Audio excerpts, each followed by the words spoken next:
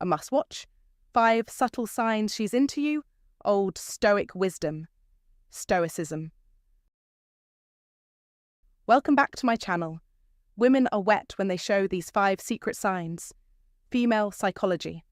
Have you ever wondered how to decode the secret signals women send when they're truly into you? It's no secret that attraction is as much about subtle, unspoken behaviors as it is about chemistry. But here's the thing. Most men completely overlook these signs. Today we're peeling back the curtain on female psychology to cover the 5 secret signals that show when a woman is truly attracted to you. These aren't just random behaviors. They're deeply rooted in psychology and human connection.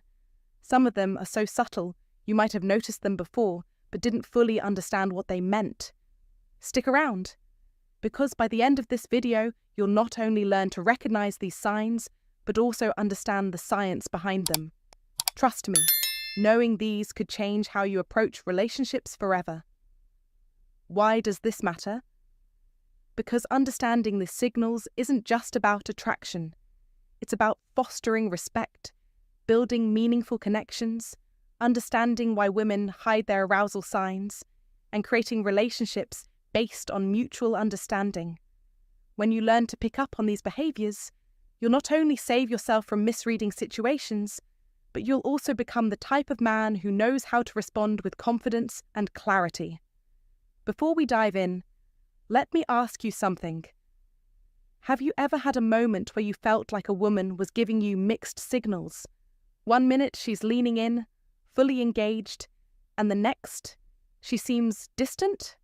The reality is, women often communicate their attraction in non-verbal ways, and when you learn to read these cues, you unlock a whole new level of connection. The psychology behind female attraction. Have you ever wondered why women are drawn to certain traits or behaviors? The answer lies in evolutionary psychology. For centuries, women have been wired to seek qualities that signal strength, stability, and emotional security. And this isn't just about physical strength. It's about traits like confidence, attentiveness, and the ability to create a safe emotional space. Here's the fascinating part. While men often respond to visual cues, women are more likely to be influenced by emotional and psychological triggers. What does that mean for you? It means that what truly matters to most women isn't the car you drive or the brand of your watch. It's how you make them feel.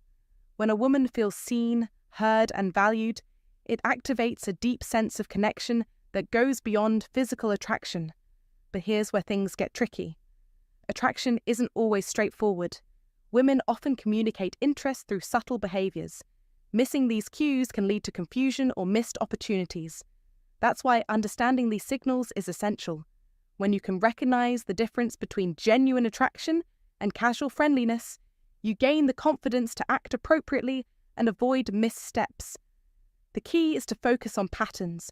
One behavior on its own might not mean much, but when you see multiple signs aligning, that's when you know there's something deeper going on. Sign 1. Mirroring your movements. When a woman is into you, she might subconsciously mirror your body language. This might appear in small, unconscious ways, like crossing her legs when you do, leaning in when you lean in, or even mimicking the way you gesture with your hands. This behavior is not just coincidence. It is a powerful, subtle signal of rapport and emotional connection. Mirroring body language is something we all do naturally when we feel comfortable with someone, and, in the context of attraction, it's a sign that she is subconsciously aligning herself with you, both physically and emotionally. According to the ancient Stoics, this type of behavior aligns with their understanding of human connection. As Marcus Aurelius once said, "What is not good for the beehive cannot be good for the bees." Just as each bee works harmoniously within its hive, so too do people naturally sync when they feel a deeper bond, whether it's intentional or not. Psychologically, this mirroring is often an unconscious way of showing agreement and closeness, signaling that she feels aligned with your energy and presence. It's a moment of harmony that reveals a deeper level of connection, and it's one that you can use to gauge how well she's responding to you. Now, if you notice her mirroring your movements, It's essential to recognize this as a positive signal. It indicates she is engaged, paying attention to you, and likely feels at ease in your presence. Instead of feeling awkward or overthinking it, you can respond by mirroring her actions too. But remember, the key is to do this naturally. This is not about forced imitation. It's about creating a sense of shared space and rhythm. As you match her subtle gestures, the connection between you both strengthens. Think of it as two musicians playing in sync. Each moment of mirrored movement is like a note in a beautiful, unspoken melody. And just like any great music, when the timing is right, it creates something much larger than the individual players. By responding in kind, you validate her comfort and help build a deeper connection. In life, just as the Stoics emphasized the importance of aligning oneself with nature and others in order to live harmoniously, so too does this mirroring demonstrate the natural flow of human connection.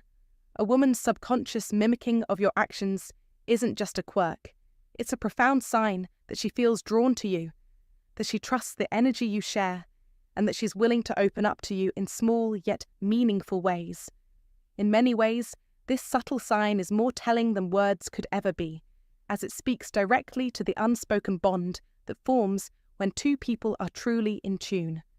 As you notice these signs, it's important to remember that attraction isn't always about grand gestures or obvious declarations.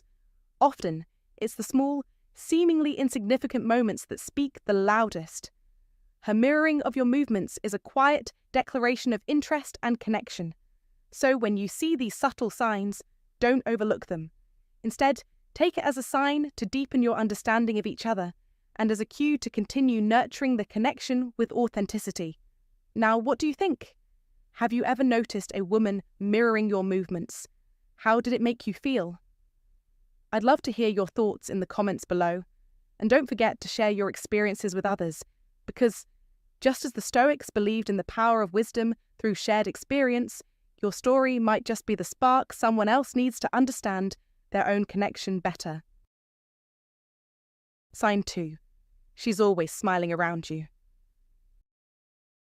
When a woman is truly drawn to you, one of the most telling signs is the way she smiles when you're around. It's not just a fleeting grin or a polite gesture. It's a warm, genuine smile that lights up her face. Think about it. Our faces reveal more than words ever could. A smile, especially one that comes naturally, signals that she enjoys your presence, feels comfortable with you, and, on a deeper level, has positive feelings towards you. Ancient Stoic wisdom teaches us that our emotions are often reflected in our actions, and a smile is a perfect example. It's a non-verbal cue, a mirror of her inner affection. When you notice this, it's more than just a momentary thing. A woman who smiles frequently in your presence is showing vulnerability, opening up to you without needing to say anything. It's a beautiful, silent invitation that speaks volumes about her feelings. This doesn't mean it's just about being polite or maintaining social niceties. If her smile is warm and authentic, it's a sign that your presence brings her joy. As the Stoics would say, it is the subtle interactions, the smallest gestures, that often hold the most profound meaning. This smile isn't something she's putting on for show. It's a direct response to the comfort and connection she feels when you're near. It's important to understand this emotional nuance. She's showing you that she's not just interested in you in a surface-level way, but that there's a deeper bond forming between you two. In modern life, this concept holds true, especially in the context of dating and relationships. In a world where people often hide behind digital screens or mask their true feelings, a smile remains a powerful tool for communicating attraction and affection. The act of smiling goes beyond mere politeness. It serves as a bridge between two people, allowing them to connect on a more emotional level without the need for words. When a woman smiles at you in this way, she's signaling to you that she enjoys your company and feels drawn to you. This is a form of emotional intimacy, something often overlooked in today's fast-paced world of fleeting encounters. How should you respond to this subtle yet powerful sign of affection? The key is to reciprocate with your own genuine smile. A smile isn't just about showing your teeth. It's about conveying that you appreciate the moment, that you understand and feel her warmth, By returning her smile, you mirror her emotional state and deepen the connection between you. This simple act can work wonders in creating a sense of comfort and familiarity. It keeps the energy between you both light and positive. You can also engage further by continuing the conversation in a relaxed, open manner. Ask her about her day, share a light-hearted story, or simply enjoy the quiet moments together. This reinforces the bond, making it clear that you're not just acknowledging her smile, but you're also acknowledging the deeper feelings behind it. At the same time, be mindful of the power of silence in such moments. Often, it's not just about the things you say, but the unspoken energy that passes between two people. As the Stoics believed, what matters most is not the external, but the internal. What's happening in the quiet spaces between words. So by responding with a sincere smile and maintaining that calm presence, you convey your own emotional strength and awareness, making her feel valued and appreciated. In the end, the smile she gives you is a simple yet profound way to understand her feelings. It's a sign that she feels at ease around you, and by responding with your own genuine warmth, you can foster a deeper connection. In a world full of distractions and artificial interactions, take this moment to embrace the power of a smile. It's not just about physical attraction. It's a reflection of emotional connection and shared joy, the very essence of building a meaningful bond. Sign 3. She asks personal questions. When a woman starts asking you personal questions about your values, past experiences, and future plans, pay attention, because this is no mere casual inquiry. It's an unmistakable signal that she's seeking to understand who you really are, a sign that she wants to know you on a deeper level. This goes far beyond the typical small talk. It's a subtle invitation to explore the depths of your character, your history, and your ambitions. It is, in essence, a silent evaluation, a search for whether you could be the one to walk the same path with her in the long run. In ancient Stoic philosophy, it is said that the unexamined life is not worth living, reminding us that deep, meaningful conversations are the foundation of true connection. A woman asking such questions is showing an interest in building something more substantial, something beyond the surface. So, what should you do when this moment comes? Do not shy away from it.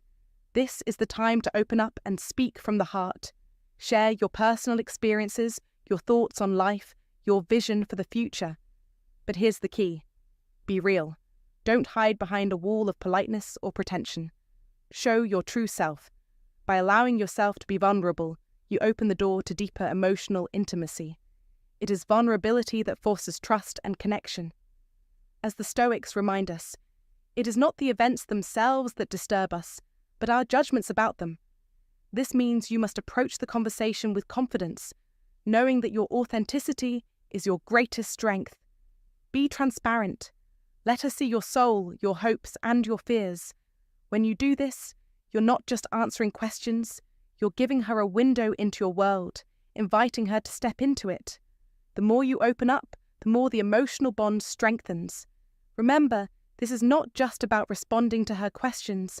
This is about setting the tone for what could be a deeper, more meaningful relationship. She's not asking because she's bored. She's asking because she wants to understand you at a level that most people won't ever experience.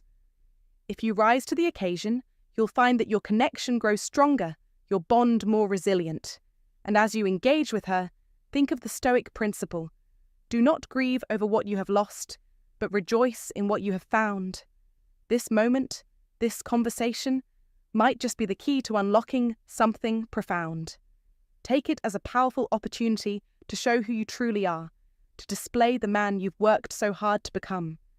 Now let me ask you, have you ever felt the power of vulnerability in a conversation? Have you let someone see the real you? Let me know in the comments below. Share this video with someone who needs to hear it, and make sure to like and subscribe for more insights into how Stoic wisdom can guide your relationships. Be bold, be honest, and let the world see the real you. Your future could depend on it. Sign 4. Genuine eye contact.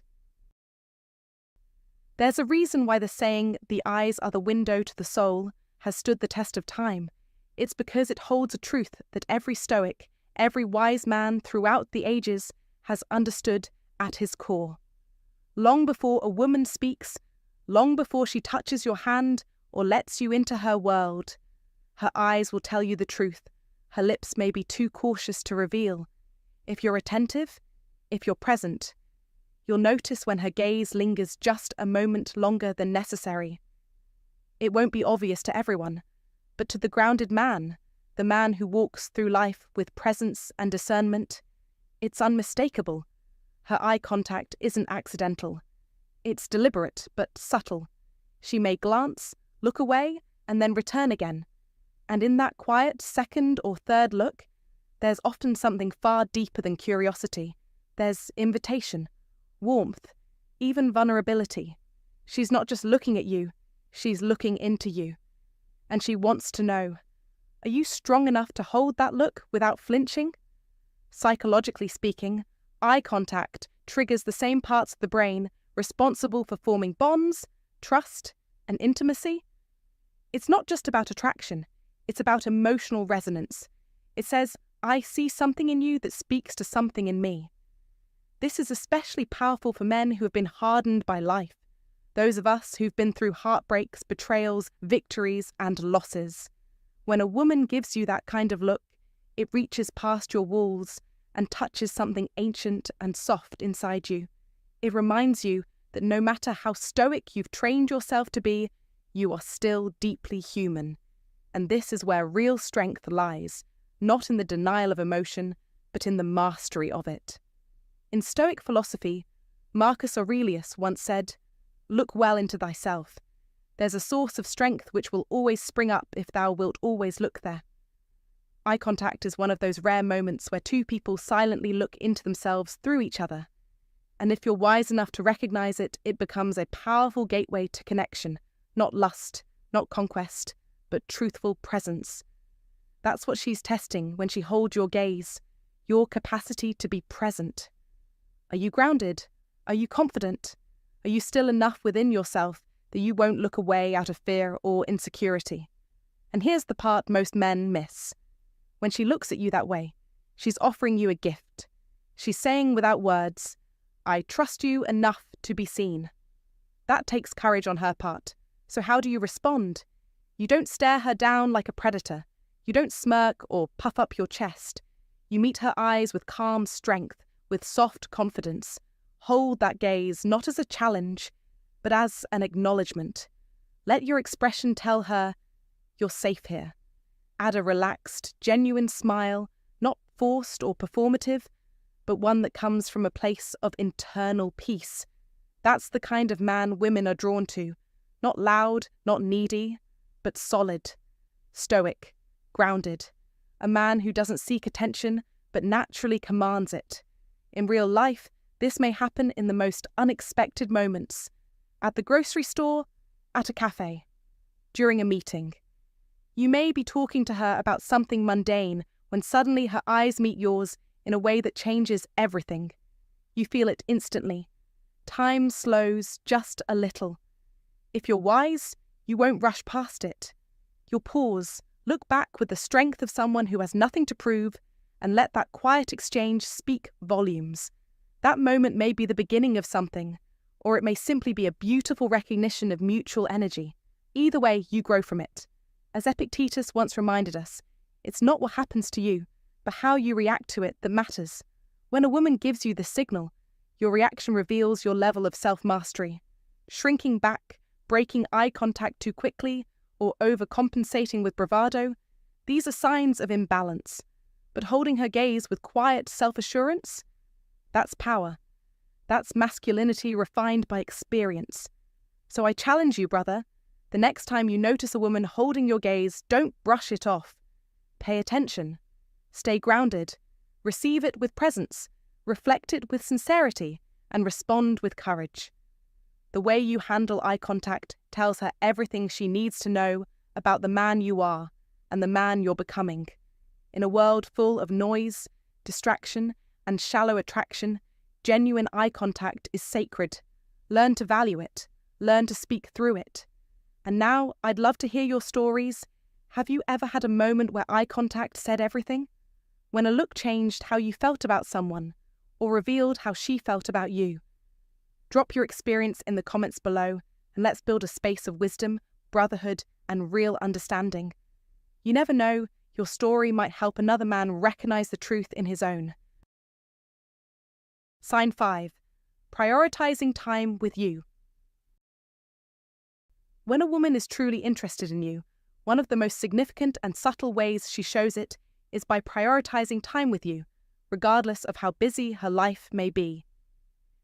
In today's fast-paced world, where everyone seems to be running in different directions, making time for someone is one of the clearest signals that you hold a special place in her life.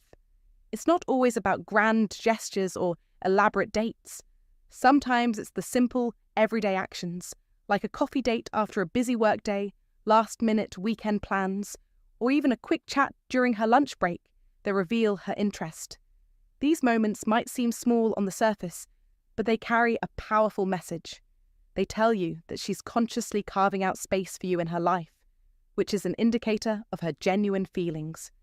We all know that time is one of the most valuable and limited resources we have, and when she chooses to spend it with you, she's making a significant statement. You matter to me. She's saying that despite her demanding schedule or the pressures of daily life, she values your company enough to make time for you. It's easy to overlook these small moments, but they often carry more weight than we realize. They aren't just fleeting gestures. They are her way of saying she's interested in building a connection with you. In the hustle and bustle of modern life, it's rare for people to give away their time freely, especially when they have a lot on their plate. In fact, many people's lives are so filled with work, family commitments, and personal responsibilities that even a few minutes can feel like a sacrifice. So, when she prioritizes her time with you, whether it's arranging a coffee break amidst her busy day or clearing her schedule for you on a weekend, it shows a genuine level of care. She's showing that she's not just passing time with you, but intentionally investing it in your relationship. In a way, it's as if she's saying, out of everything else in my life, you're important enough to receive my most precious asset, my time. When she does this, it's a clear sign that her feelings are more than just casual interest. She's likely looking for a deeper, more meaningful connection with you. Now, if you find yourself in the fortunate position of having a woman prioritize time with you, it's important to acknowledge and appreciate her efforts. It might seem obvious, but it's easy to take such gestures for granted, especially if you're caught up in your own life and obligations. A simple, "Thank you for making time for me," can go a long way. It lets her know that you see the value in what she's offering, and that you're grateful for the time and attention she's giving you. This simple recognition can strengthen the bond between you, showing that you don't take her efforts lightly. Acknowledgement can often be more powerful than any grand compliment, because it reflects a deep understanding of the significance of the act. It shows that you are paying attention to her actions, and that you recognize the importance of the connection you are building together. However, it's not just about her making the effort. It's also about your response. Relationships are built on mutual effort and understanding, and it's essential to reciprocate her time and attention. Being fully present when you are together is crucial. Don't just show up. Engage with her emotionally and mentally. Put away distractions, such as your phone, and focus entirely on her. Make her feel heard, valued, and appreciated during your time together. This can be as simple as maintaining eye contact during conversation, asking thoughtful questions, or just being attentive to her needs and emotions. When you're engaged and present, it reinforces her decision to prioritize time with you and shows that you too care about the relationship. Moreover, when both partners are equally invested in making time for each other, the relationship becomes stronger and more fulfilling. The effort you both put in creates a deeper sense of trust and intimacy. It's not about the quantity of time spent together, but the quality and the mutual respect for each other's time and presence. In today's world, where distractions are constant and people are often overwhelmed by their responsibilities, being able to truly prioritize each other is a rare and valuable thing. So if she's making the effort to spend time with you, don't just accept it, acknowledge it, be grateful for it, and reciprocate it with the same level of care and attention. This is how you build a meaningful connection that can stand the test of time. Time spent together with mutual effort and appreciation lays the groundwork for a relationship that goes beyond the surface and creates a deeper, lasting bond. Hey there, thank you so much for sticking with us until the end of the video. If you found the insights valuable, I'd really love to hear your thoughts. Go ahead and drop a comment below and share what stood out to you the most. Remember, these subtle signs of attraction are not just about reading someone's body language. They're about understanding the deeper, quieter cues that help guide us in relationships. So stay grounded, trust your instincts, and always approach things with patience and wisdom. If you enjoyed this content and want more of these powerful insights, don't forget to give this video a thumbs up, subscribe to the channel, and hit that notification bell so you'll always be in the loop with our latest videos. Trust me, you don't want to miss what's coming next. Thanks once again for watching. We truly appreciate your support. Keep using that Stoic wisdom in your everyday life, and remember, good things come when you remain calm, collected, and wise in all your interactions. We'll see you in the next one. Take care and keep growing. In the journey of understanding relationships, we often look for signs that reveal deeper connections. As we learned in the Stoic wisdom shared in the first part, it's essential to recognize the subtle cues that indicate someone's interest. These signs can be quiet, yet profound, offering insights into what truly matters in a connection. But as we dive deeper into the dynamics between men and women, especially when the stakes get higher in romantic encounters, there are more explicit questions and desires that arise, questions that a younger woman may ask when she's considering taking things to the next level with an older man. Let's explore the 7 critical questions a young woman may ask when she wants to sleep with you. In the pursuit of wisdom and connection, true strength lies not in the answers we give, but in the questions we ask. When a younger woman wants to get closer to you, she will ask you these 7 questions, my friend. As we grow older, life becomes more complex, and so do our interactions. Understanding the signals women send can sometimes feel like navigating a maze, especially when it comes to younger women. It's important to approach these situations with both wisdom and awareness. In today's video, I'm going to reveal 7 critical questions that a young woman will often ask when she wants to get closer to you. These questions aren't just about curiosity. They're a window into her intentions and desires. By the end of this video, you'll not only understand the deeper meanings behind these questions, but you'll also be ready to navigate these conversations with confidence and poise. I encourage you to stay with me until the end, and make sure to subscribe to the channel so you don't miss any of our insightful content. Let's dive in, Stoics. Question 1. Do you like hugging? When a young woman asks, "Do you like hugging?" it's more than just a casual question. It's an inquiry into your comfort level with emotional and physical intimacy. On the surface, it might seem simple, but the deeper implication is profound. She is testing how open and vulnerable you are willing to be with her, and how comfortable you are with closeness. The answer you give isn't just about the physical act of hugging. It's a reflection of your willingness to connect on a deeper level.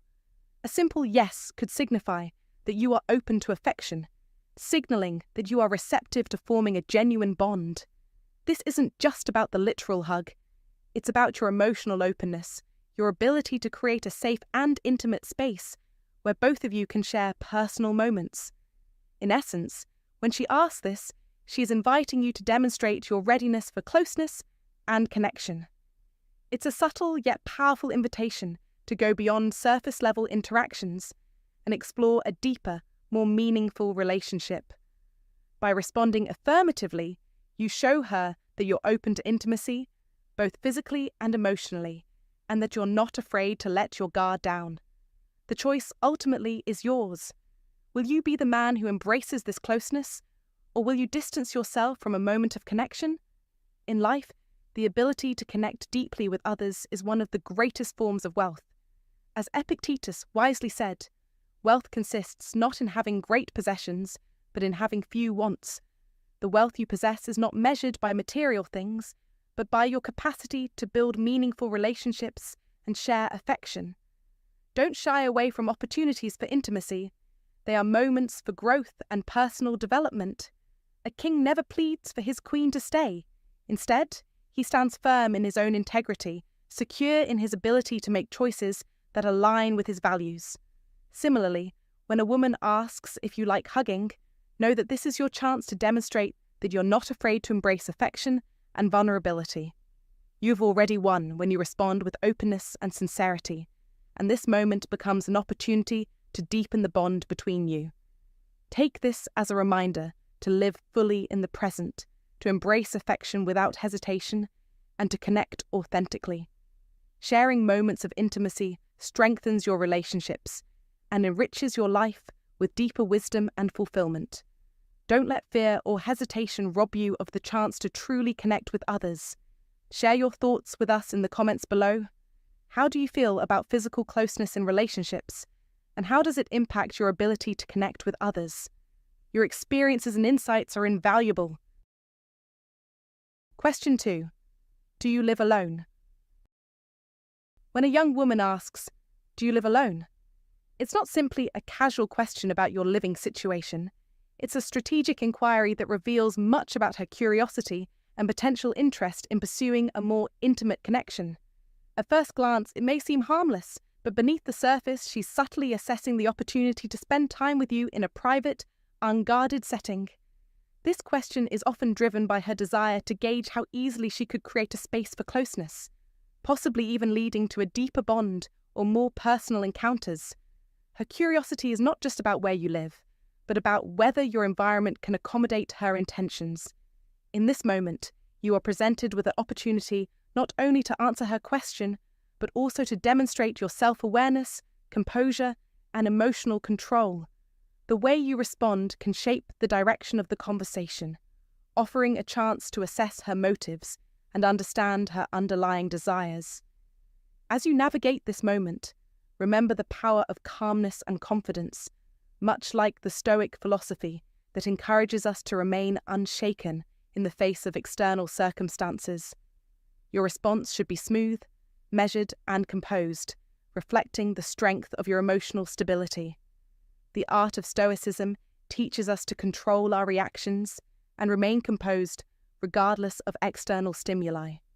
In this case, her question becomes a test not only of your personal boundaries, but also of your ability to maintain a sense of control over the situation.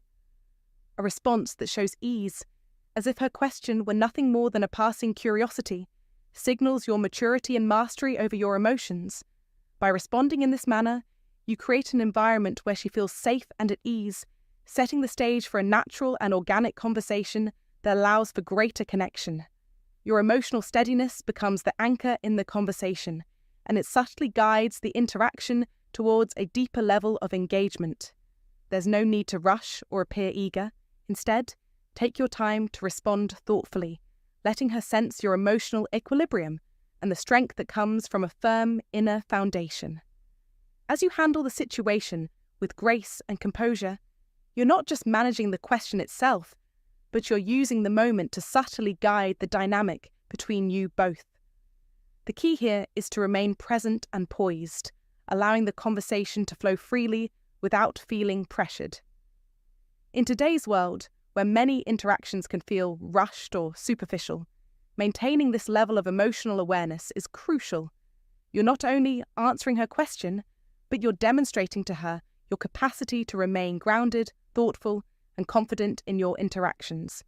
This sense of control will naturally draw her in, signaling to her that you're someone who is secure and composed, a rare quality in the fast-paced world we live in. The value of practicing Stoic principles here becomes clear. By mastering your emotions and guiding the conversation with deliberate calm, you enhance your appeal and increase the likelihood of fostering a meaningful connection. In essence, every exchange becomes an opportunity to build deeper rapport, with emotional steadiness serving as the foundation for a stronger and more lasting bond.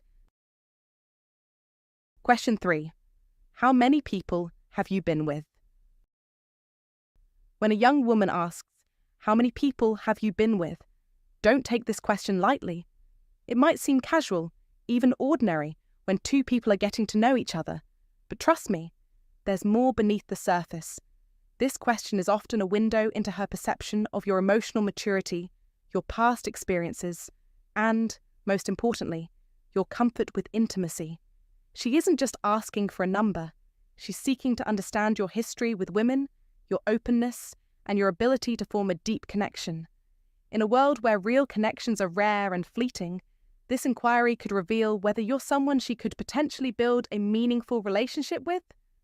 As an older man, it's crucial to respond with honesty and authenticity. Never feel pressured to fabricate your past or exaggerate your experiences. Women, especially those who appreciate maturity and wisdom, can see through insincerity from a mile away. As the Stoic philosopher Epictetus wisely said, freedom is the only goal worth pursuing. True freedom in relationships comes from being yourself, embracing your journey, and letting go of any false facades. Your past doesn't define you, it refines you, and each step you've taken has shaped you into the person you are today. The woman asking this question is likely considering how you might connect on a deeper level. She's weighing whether the emotional intimacy she seeks can be cultivated with you. And when it comes to navigating relationships, nothing is more vital than trust. Authenticity builds trust, and trust is the foundation of any strong, lasting connection. This question, though seemingly simple, is her way of understanding the person she's thinking about opening her heart to. So, answer honestly, stay true to yourself, and let your story reflect the wisdom you've gained. The woman who's truly worth your time will appreciate your openness and the integrity you bring. Be confident in your truth. Remember, your past doesn't hold power over you. It's the wisdom you've acquired along the way that truly defines who you are. This is your moment to demonstrate the strength of your character, the depth of your experiences, and your commitment to forging something real. Speak with purpose. Speak with strength. After all, as the saying goes, you are not defined by the number of people you've been with, but by the person you've become. Question 4. What are you doing this weekend? When a young woman asks, "What are you doing this weekend?" it's more than just a simple question about your plans. There's a good chance she's checking if you're available, and more importantly, she might be trying to gauge your interest in spending time with her.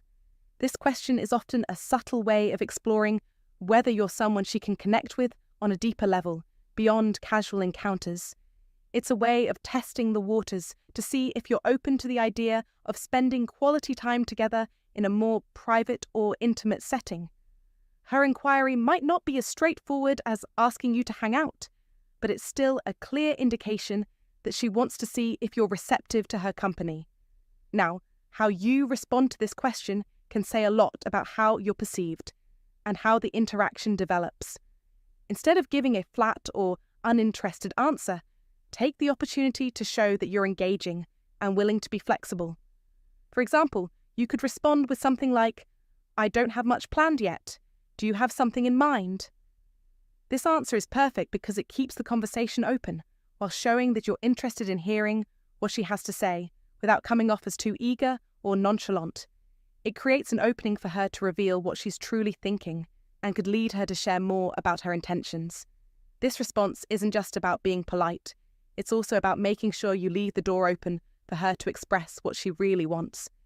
If she suggests a more private setting, like going to a special restaurant or doing something that allows the two of you to be alone, it's a big signal that she's interested in getting to know you on a deeper level.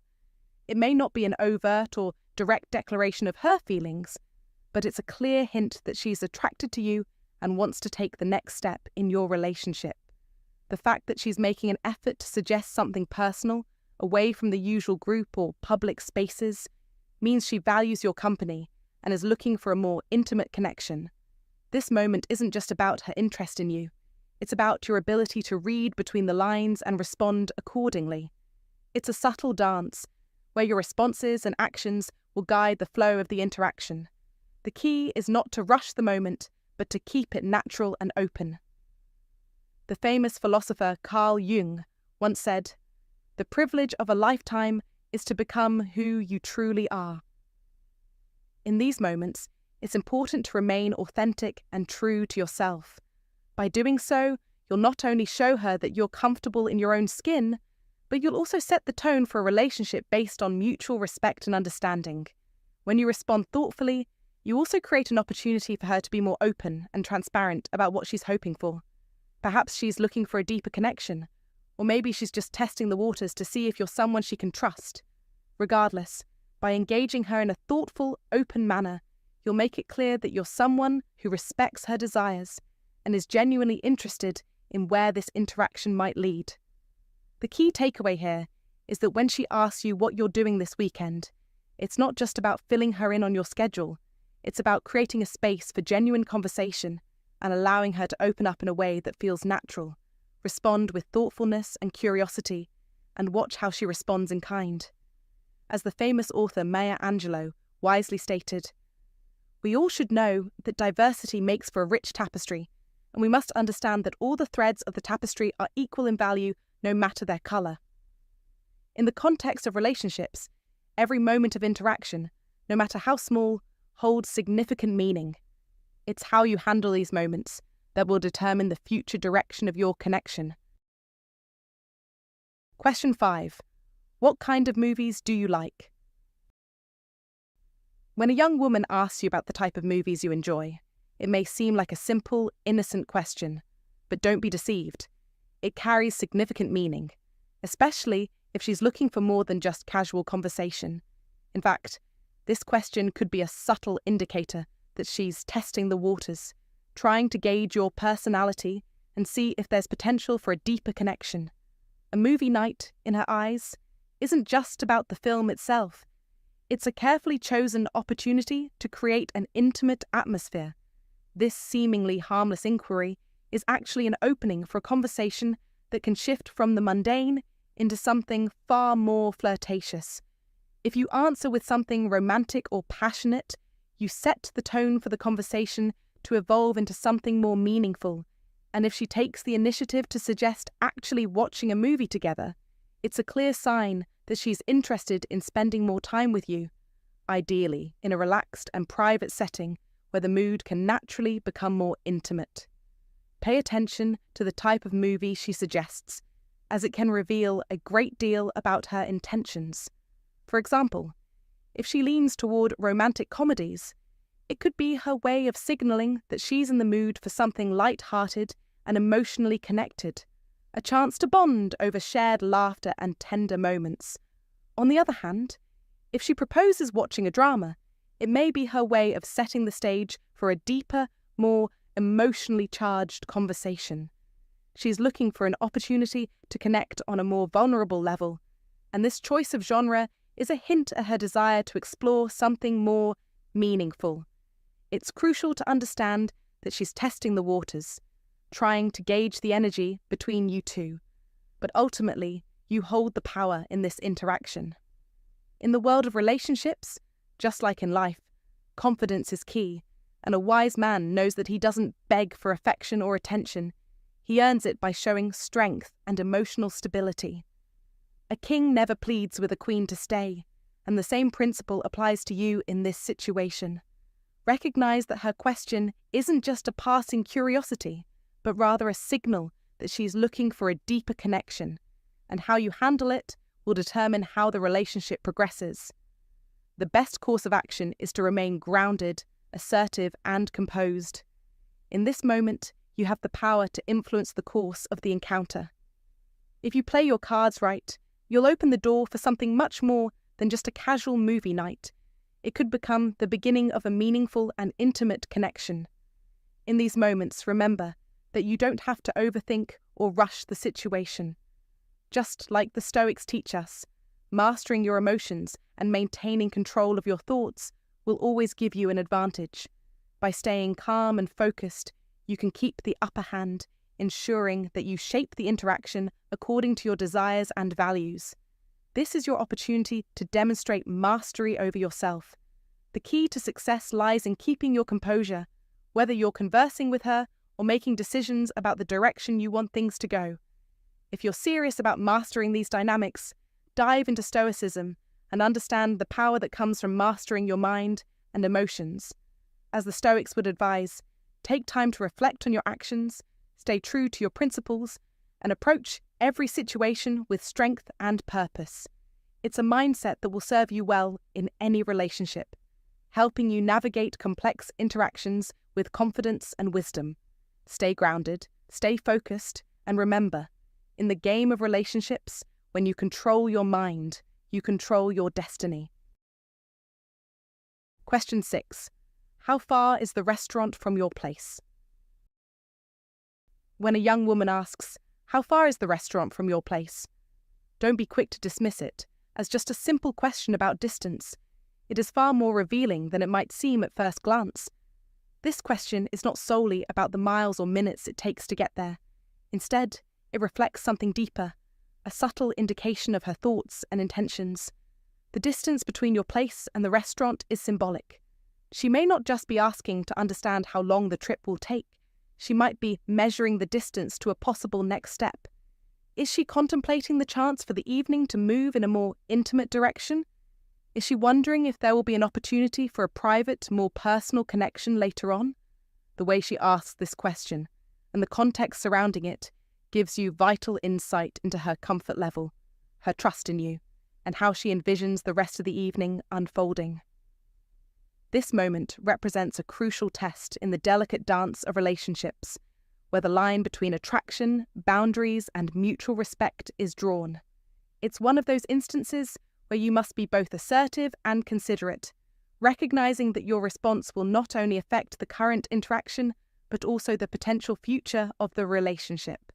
The key here is to recognize that this question is not just about what she wants, it's about what you want as well, and whether those two things align. As a man, you have to be prepared to assert your own intentions clearly, setting boundaries that reflect your values while respecting hers. This is a critical test of your character, where Stoic principles can offer profound guidance. Marcus Aurelius, one of the most respected Stoic philosophers, once said, "You have power over your mind, not outside events. Realize this, and you will find strength." This quote captures the essence of what is required in moments like these. It is not the situation that demands your attention, but rather how you respond to it. You cannot control her feelings or the course of the evening, but you can control how you navigate it. Your ability to remain calm, composed, and in control of your emotions is a direct reflection of your inner strength. This strength comes from a place of clarity, a clear understanding of who you are and what you want from this relationship. When she asks about the distance to the restaurant, it's essential to approach the question with a sense of clarity and confidence. Your response should be grounded in your personal integrity. Whether you're ready to take the relationship further or not, be firm in your stance and communicate it with confidence. Life is about making decisions that align with your deepest values, and relationships are no different. If you are not ready to move forward, then say so with respect and assertiveness. Don't be afraid to set boundaries that protect your personal values and ensure that your actions are in line with your principles. On the other hand, if you feel that the moment is right to take the relationship to a deeper level, be sure that your actions and words align with your true intentions. Your response is not just a logistical answer, it is a reflection of your emotional intelligence, your awareness of what is happening between the two of you. Remember, actions speak louder than words. If you want to move forward, your actions must demonstrate that your intentions are genuine and that you have thought carefully about the path ahead. Ultimately, this is a moment where you have to navigate the fine line between respect for her and respect for yourself. As the saying goes, treat others as you wish to be treated. If you approach the situation with integrity, clarity, and mutual respect, you are laying the foundation for a stronger, more authentic connection. But be mindful, for how you respond in this moment will set the tone for the future of the relationship. Your ability to remain grounded, assertive, and respectful will determine the direction things take. This is not a test of willpower, it is a test of emotional clarity, of knowing where you stand and having the courage to act accordingly. As you proceed, remember that this is your life, your choices, and your relationships. The power lies within you to guide the evening, to establish what is acceptable and what isn't. And in the end, it's not about making the right choice based on what she wants. It's about making the right choice for you. Each decision you make, no matter how small, shapes the course of your life. It is these small, seemingly insignificant moments where your integrity, strength, and stoic mindset are put to the test. Choose wisely, because the way you handle this question will echo in your future interactions and relationships. As the famous philosopher Epictetus said, "It's not what happens to you, but how you react to it that matters." In this situation, it's not the question itself that holds power, but how you choose to answer it. So take control, be clear, be strong, and above all, be authentic to who you are. Question 7. Can you help me with something at my place? If a young woman asks for help with something at her house, like moving heavy boxes, get ready for a nice evening. Not only does she need help, but she is using this request as a strategy to be alone with you in a comfortable and private environment, creating an opportunity for deeper connection. In her private space, the atmosphere is naturally more relaxed, which can open the door for more honest conversation and a deeper understanding.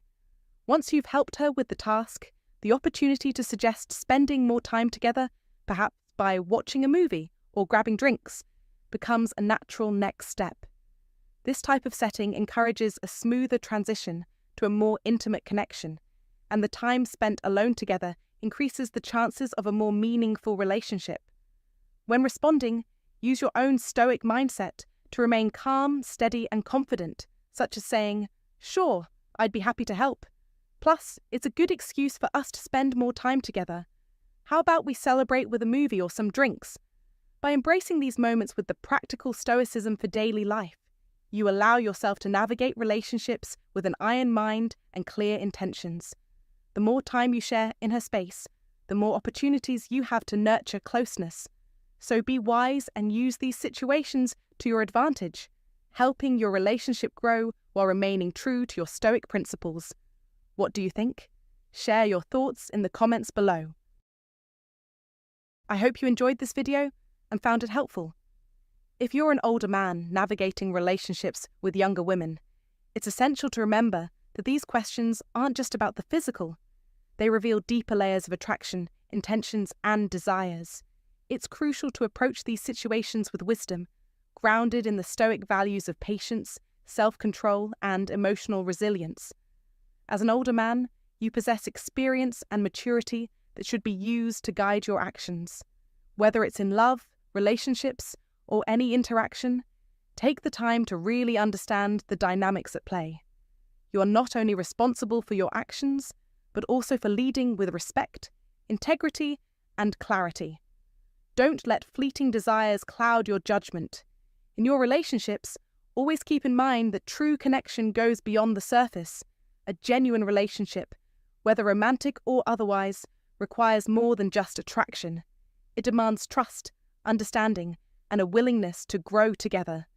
Use your wisdom to discern what's truly valuable in these moments. If you found this video valuable, please give us a like, subscribe to the channel, and share your experiences in the comments below. Your insights might help someone else, and we can all learn from each other's journey. Take care, stay wise, and as always, see you in the next video. Stoic.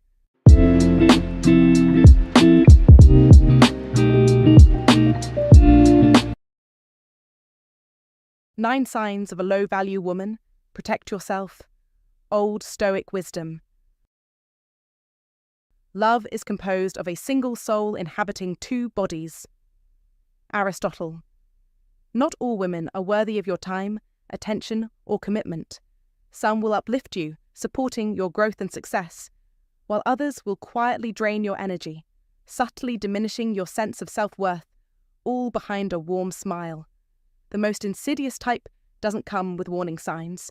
She doesn't wear her flaws on her sleeve. Instead, she hides them behind charm, beauty, and sweetness. At first, you'll think she's a gift, but before long, you'll realize she's a curse. In these relationships, what you think is love is often just an illusion. You might feel yourself losing focus, confidence, and inner peace without even knowing why. Here's the truth. A low-value woman isn't just not the one, she's a danger to your well-being. So how do you recognize her before you find yourself on a path of destruction? In this video, I'll walk you through 6 undeniable signs that say, it's time to walk away. Because real men don't waste their time or energy on chaos disguised as attraction. Hit like, subscribe to the Stoicism Win, and let's dive in. Sign 1. She thrives on drama and chaos. Some women can't seem to exist without constant turmoil. When things are calm, she feels uneasy, almost suffocated by peace. For her, silence and tranquility are not welcome.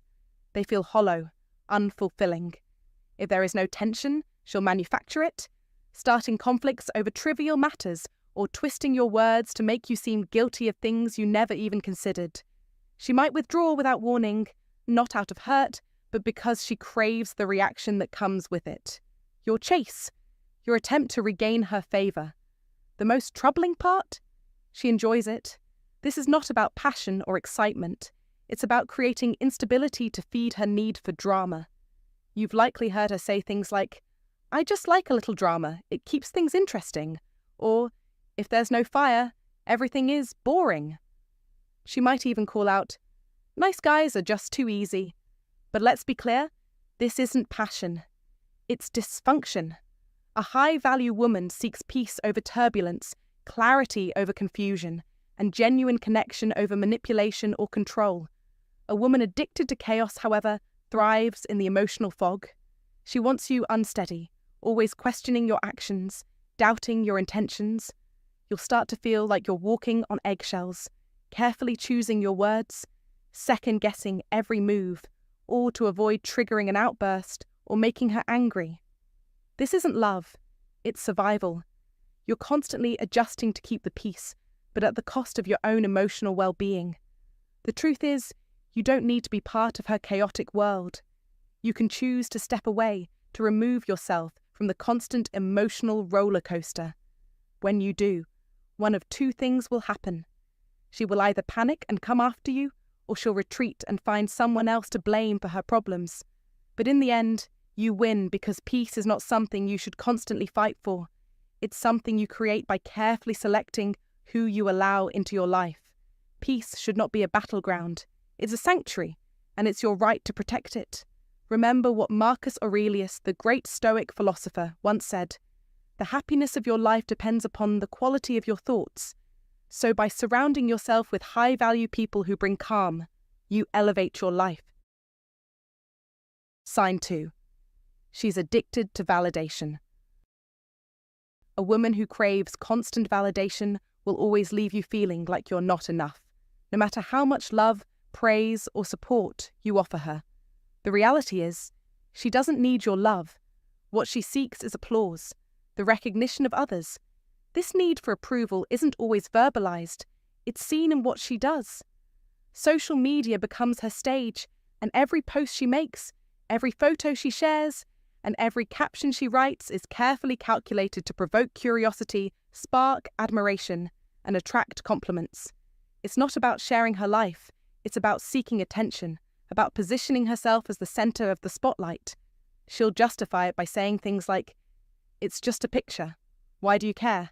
You're overreacting, but the underlying message is clear. I care more about the approval of strangers than I do about your respect or our connection. And this, my friend, is the real problem. A woman like this isn't interested in a deep, meaningful relationship. She's interested in performance.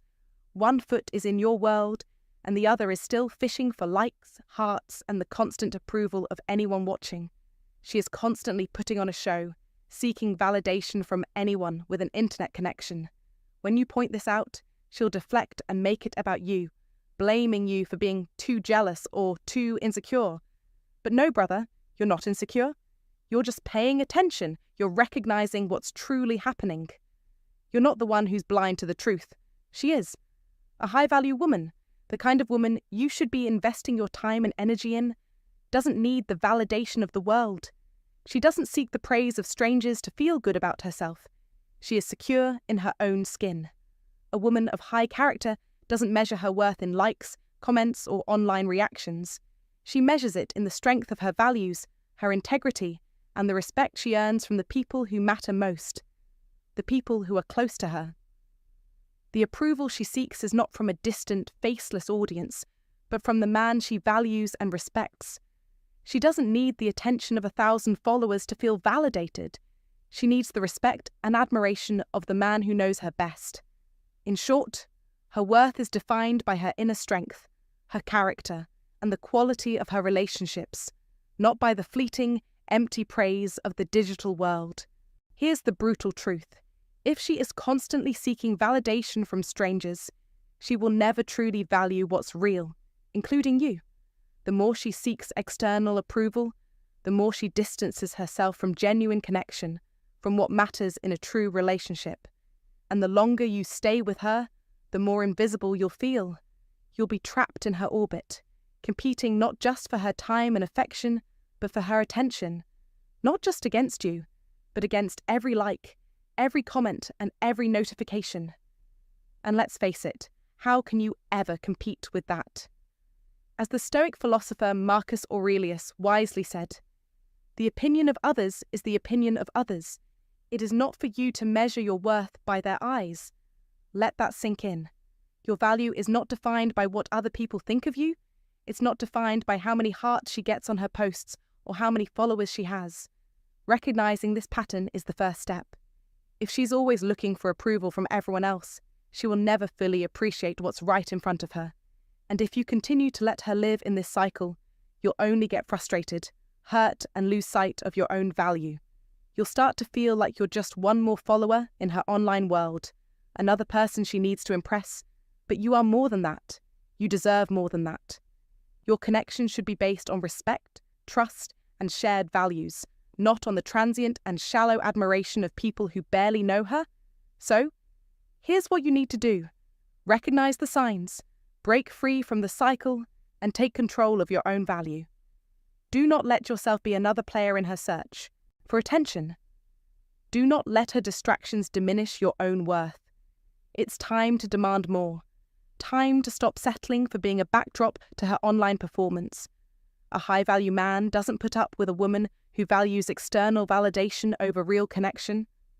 A high-value man knows his worth, and he won't waste time on someone who doesn't understand the true meaning of respect and appreciation. Take a stand, brother. If you've been in a relationship with a woman who lives for the likes, the comments, the followers, you need to reevaluate your place in her life. Make no mistake, you are not her accessory. You are not a supporting player in her show. You are the main event, or you should be. Protect your peace, your time, and your emotional energy. Sign 3. She has zero accountability. A woman like this will make you feel as if you're constantly walking on eggshells, navigating a world where nothing is ever her fault. In her eyes, every problem that arises, no matter how much it affects you, somehow gets twisted into being your responsibility. She makes decisions that lead to chaos, like lighting a fire, dousing it with gasoline, and then stepping back to point at the smoke as if it's something you created. Whether it's her cheating because you were distant, her disrespecting you because she was angry, or her financial struggles being blamed on her ex, or even the economy, it's a relentless cycle of deflection, without a hint of self-awareness or introspection. There's no growth because she refuses to take a hard look at her actions, leaving her stuck in the same loop. What makes this particularly dangerous is that, over time, you'll become her go-to excuse. She'll twist every problem to make it seem like you are the cause. And the worst part is that you might begin to believe it. You might start doubting yourself, wondering if maybe you were too distant or if you overreacted. But the truth is, the issue lies not in you, but in her inability to take responsibility and face her own reflection. A high-value woman, on the other hand, doesn't dodge responsibility. She owns her mistakes, learns from them, and grows. She doesn't waste time shifting blame or creating excuses. A high-value woman understands that personal accountability is key to growth and connection, and she doesn't play the victim. A low-value woman, however, builds her life on a foundation of excuses, and the real danger here is that if you stay in that relationship, her lack of accountability starts to infect you. Her problems become your problems. You carry her weight, her guilt, and her unacknowledged mistakes. You'll find yourself apologizing just to end an argument that you didn't even start. This dynamic takes a heavy toll on your peace of mind, draining you emotionally and mentally. You cannot heal someone who refuses to admit they're even wounded. Sometimes, walking away from someone like this isn't giving up. It's choosing your own peace over the constant cycle of blame and guilt. It's a tough decision, but it's necessary for your own well-being and growth. Remember, no one can grow in a relationship where accountability is absent, and no one should have to bear the emotional weight of another's refusal to face their mistakes. Don't let her excuses dictate your reality. Choose to walk away and prioritize your own peace and emotional health. If you've had enough of being blamed for someone else's actions, it's time to take a stand. Drop a comment right now. I own my power and my peace. Like this video, subscribe for more unshakable wisdom, and remember, accountability is the foundation of true growth. Don't let anyone take that from you. Sign 4. She uses emotional manipulation to control you. There's a particular type of woman who, rather than raising her voice or engaging in an overt argument, still gets exactly what she wants, often through the power of emotional manipulation. She doesn't need to yell or demand. She simply plays with your emotions, turning your logic and reason into a distant memory. Over time, you may find yourself feeling guilty for things you didn't do, for emotions you didn't cause, and for boundaries you had every right to set. This type of manipulation is often subtle at first, making it hard to identify. She may give you the silent treatment after a minor disagreement, act hurt when you make plans without her, or say things like, "It's fine," while her body language and unspoken energy scream something entirely different. You begin to question your actions, wondering if you were too harsh, too selfish, or too demanding. This is the trap she sets. Instead of demanding with words, she manipulates through silence, passive-aggressiveness, and sadness, creating an emotional fog where clarity is absent, and your guilt becomes the tool for control. As a result, you might find yourself constantly second-guessing your decisions, cancelling plans, or changing your behaviour just to avoid the discomfort of her disapproval. And this is where you make the mistake of feeding into her manipulation.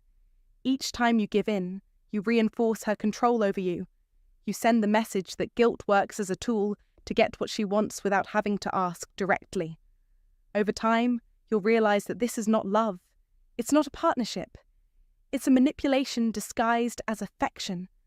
A high-value woman, one who truly respects herself and the relationship, operates in an entirely different manner. If she's hurt, she expresses it. If she wants something, she communicates her needs directly. She builds connection through honesty and clarity, not through passive-aggressive games that create confusion and doubt. In contrast, a woman who uses guilt as leverage isn't interested in building a relationship based on mutual respect. Instead, she's seeking to control you, turning you into a puppet whose strings she pulls with every emotional shift. Imagine this scenario. You tell her a week in advance that you'll be hanging out with your friends on Saturday. She responds with, "Sure, have fun." You feel at ease, thinking everything is fine, but when the day comes, her energy shifts. She becomes distant, and when you ask if everything is okay, she responds, "Yeah, go ahead and have fun. I'll just stay home alone." Now you feel like the bad guy, as if you've abandoned her. You may even find yourself debating whether or not to cancel your plans, not because you genuinely want to, but because you can't bear the guilt that comes from her silent disapproval. If this situation resonates with you, let me tell you, that's not love. That's emotional manipulation disguised as affection and concern. It's a pattern that can persist only if you allow it. As a man, you must learn to recognize these tactics and stop feeding into them. You have to be the kind of man who refuses to bend under the weight of emotional silence and guilt. If something is bothering her, she needs to communicate it clearly, not leave you guessing. And if she chooses to stay silent or play games, you have to live your life regardless. You must create peace not by giving in, but by walking through discomfort with strength and integrity. A Stoic man, grounded in self-respect and clarity, understands that the only way to build a healthy relationship is through direct communication and mutual understanding. He chooses freedom over control, clarity over confusion, and, most importantly, strength over guilt. To live in this way requires a mindset rooted in Stoicism, choosing to act according to your values rather than being manipulated by external forces or the emotions of others. It's a powerful shift in perspective that allows you to avoid the emotional traps that some people, knowingly or unknowingly, set for others. Emotional manipulation is not a healthy form of love or intimacy, it's a toxic form of control. It's important for you to recognize when this dynamic is happening in your life, so that you can stand strong and not be swayed by guilt or confusion. And remember, as Marcus Aurelius wisely said, the best revenge is to be unlike him who performed the injury. In the same way, the best response to emotional manipulation is to stand firm in your sense of self, refuse to be manipulated, and continue to live with integrity, no matter the emotional games played around you. Now, think about your own life. Have you ever found yourself feeling guilty for something you didn't do, or being manipulated emotionally by someone close to you? I'd love to hear your thoughts and experiences in the comments below. Let's start a conversation about how to recognize and protect ourselves from these subtle forms of control. If you found this valuable, comment below, and share it with someone who needs to hear this. Don't forget to subscribe for more insights on how to protect your peace and integrity. Comment to remember: emotional manipulation is not love, it's control. Sign 5. She has no long-term vision.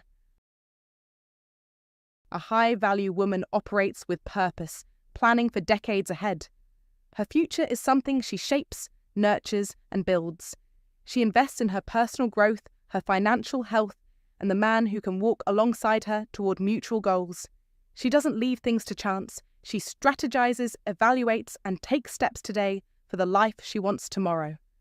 Meanwhile, a low-value woman exists solely in the moment, with no regard for what's coming. She's impulsive, driven by the thrill of temporary highs, allergic to discipline, and avoids structure at all costs. She talks about enjoying life, but that enjoyment is superficial, without roots.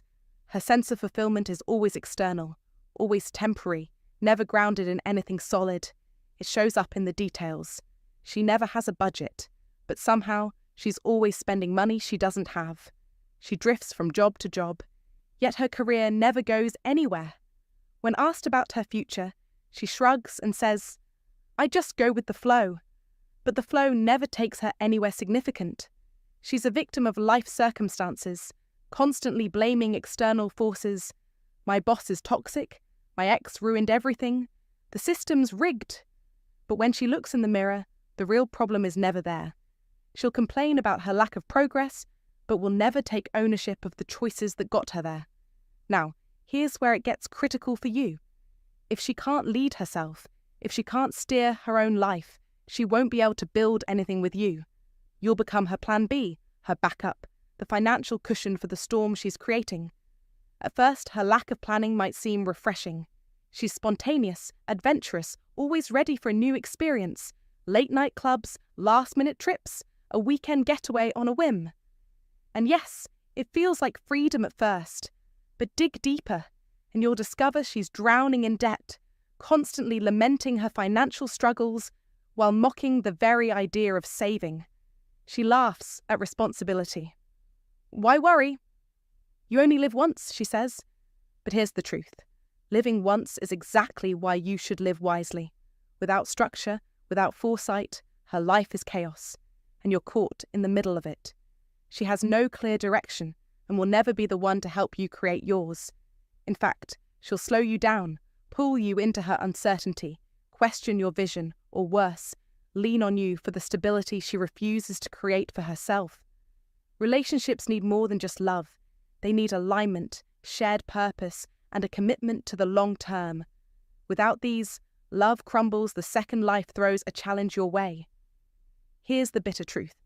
If she's afraid of commitment in her own life, to a career, to her growth, to her future, she won't be able to honor commitment in yours. Commitment isn't just about relationships. It's about everything. A woman who has no commitment to her future, no discipline, and no goals can never truly share in the commitment required for a strong relationship. And you? You deserve someone who sees the future as something to conquer together. You deserve someone who is as invested in the journey as you are. Now stop and think for a moment. Have you ever found yourself dating someone who avoided responsibility in their own life, but expected you to carry all the weight? Have you been left holding the bag when it came time to take action? It's a trap, and you need to recognize it. Don't fall for it again. Take a step back, think critically, and protect your future. Because a relationship without a shared vision, without discipline and structure, is doomed from the start. Make no mistake, you are the sum of the people you choose to surround yourself with. So make sure you're investing in someone who can add to your life, not take away from it. A wise man once said, "You cannot swim for new horizons until you have courage to lose sight of the shore." So ask yourself, is she the shore you need to leave behind to reach your true potential, or will she keep you anchored in place? If you've ever felt that weight, that constant pull of someone who has no long-term vision, you know exactly what I'm talking about. Don't let that weight sink you. Take action, set your boundaries, and never settle for less than the alignment you deserve. Like, comment, and subscribe if you're ready to protect your future and share your thoughts on how you've dealt with relationships that lacked vision. Let's build a community that pushes for growth, stability, and clarity in every area of life. Sign 6. She doesn't respect masculinity, she competes with it. A woman who values herself understands the strength that comes with a man's confidence. She doesn't view his grounded nature as a threat, but rather as a stabilizing force, one that provides leadership and protection. She recognizes that there is beauty in his ability to lead, and in the quiet power that comes with being secure in oneself. However, not all women look for a partner. Some are on the lookout for a power struggle. Instead of supporting your masculinity, she seeks to challenge it. Rather than complimenting you, she feels the need to compete. Her every argument seems geared towards winning, not understanding. No matter how calmly you attempt to lead, she pushes back, not out of a desire for equality, but because she wants control. The situation becomes all too familiar. You might say, "I'll take care of it," only for her to retort, "I don't need a man to do anything for me." Or when you step into your role as a leader, she accuses you of being controlling. Set a boundary, and suddenly you're toxic. In her eyes, you're not showing leadership, but rather overstepping, imposing, or threatening her. This isn't a simple matter of different perspectives. It's a deeper issue rooted in her inability to accept your masculinity for what it truly is: strength, not domination. The deeper truth here is that a woman like this doesn't simply resist masculinity, she resents it. Her resentment might come from a past filled with betrayal, or from growing up in an environment where men misuse their role and power. Perhaps she's been taught, either by her experiences or by society, that power isn't something to be shared, but to be seized. Whatever the origin, the result is the same. She won't let you stand in your full masculinity because she's afraid of what will happen if she isn't in charge. This dynamic creates a toxic cycle where you, as the man, might start to shrink to accommodate her insecurities. You might soften your voice, doubt your judgment, or second-guess your instincts, all in an attempt to avoid triggering her discomfort with your presence or leadership. But what you must remember is that true masculinity, the kind that is rooted in discipline, purpose, and honor, is never toxic.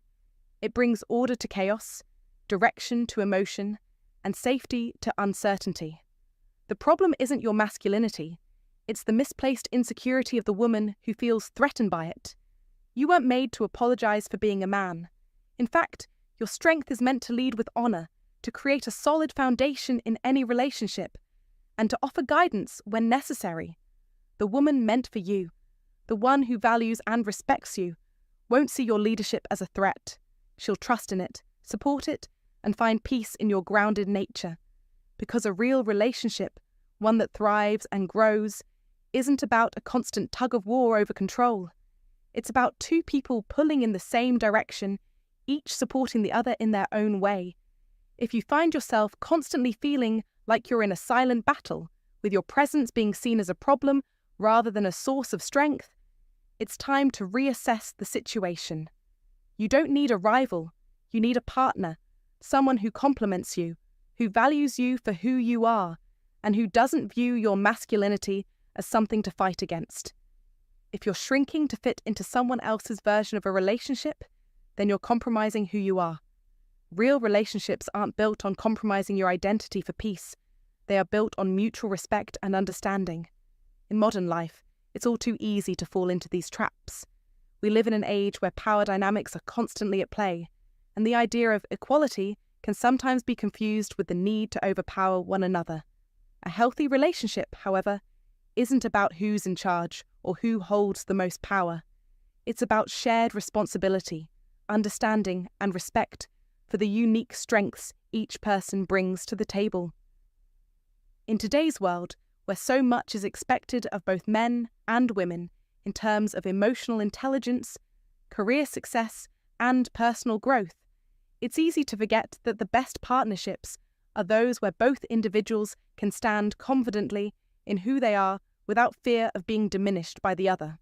So, as you reflect on your relationships, ask yourself, have you ever found yourself shrinking your masculinity just to keep the peace? Have you held back your leadership to avoid conflict? If so, this is a sign that it's time for a change. There is nothing wrong with being the man you were meant to be. A Stoic man doesn't apologize for his strength.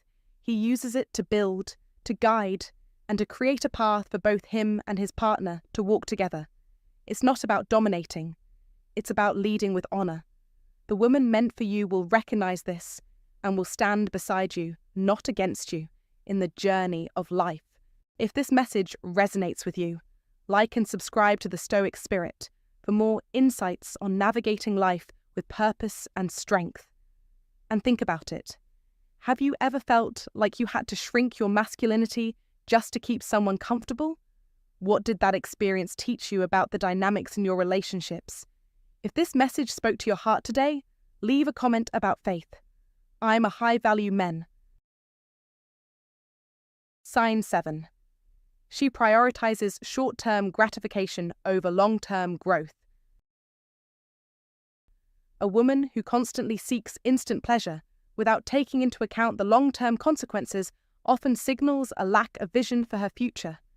Whether it's through overspending, indulging in unhealthy habits, or avoiding responsibilities, she chooses short-term satisfaction over sustainable progress. In life, it's important to enjoy the present, but if she focuses solely on the now, neglecting the necessary steps for building a solid future, it reflects a fundamental lack of foresight. She often acts impulsively, unable or unwilling to consider how her decisions might impact her health, well-being, or relationships down the road. This addiction to fleeting thrills seeps into her relationships too, where she lacks the patience to invest in a meaningful and deep connection. This impulsivity creates a barrier to lasting intimacy, as emotional bonds require time, effort, and emotional maturity. Contrast this with a high-value woman who knows that the road to true growth, both in her personal life and in her relationships, requires discipline and the ability to delay gratification. She understands that sacrifices made today, whether in personal habits or in relationships, lay the foundation for a more fulfilling and sustainable future. A high-value woman is willing to put in the hard work now to secure a better tomorrow, knowing that real happiness comes from the slow, steady building of something meaningful. The greatest glory in living lies not in never falling, but in rising every time we fall. Nelson Mandela once said, and a high-value woman embodies this resilience and foresight. In contrast, the woman who prioritizes the moment above all else often finds herself in a cycle of temporary satisfaction but long-term dissatisfaction.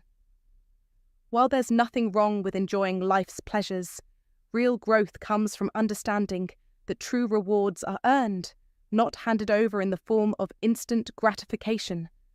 Life teaches us that what we sacrifice today, whether in time, effort, or self-control, often returns to us tenfold in the future. This principle is rooted in ancient Stoic wisdom. What we do now echoes in eternity, as Marcus Aurelius once wisely put it. His words encourage us to embrace self-discipline, delay gratification, and build our futures on strong, thoughtful decisions rather than impulsive desires. Moreover, this is not just about avoiding unhealthy behaviours or overspending. It's about developing the mindset that long-term growth requires consistent, thoughtful actions, and that we must occasionally endure discomfort to secure a better future.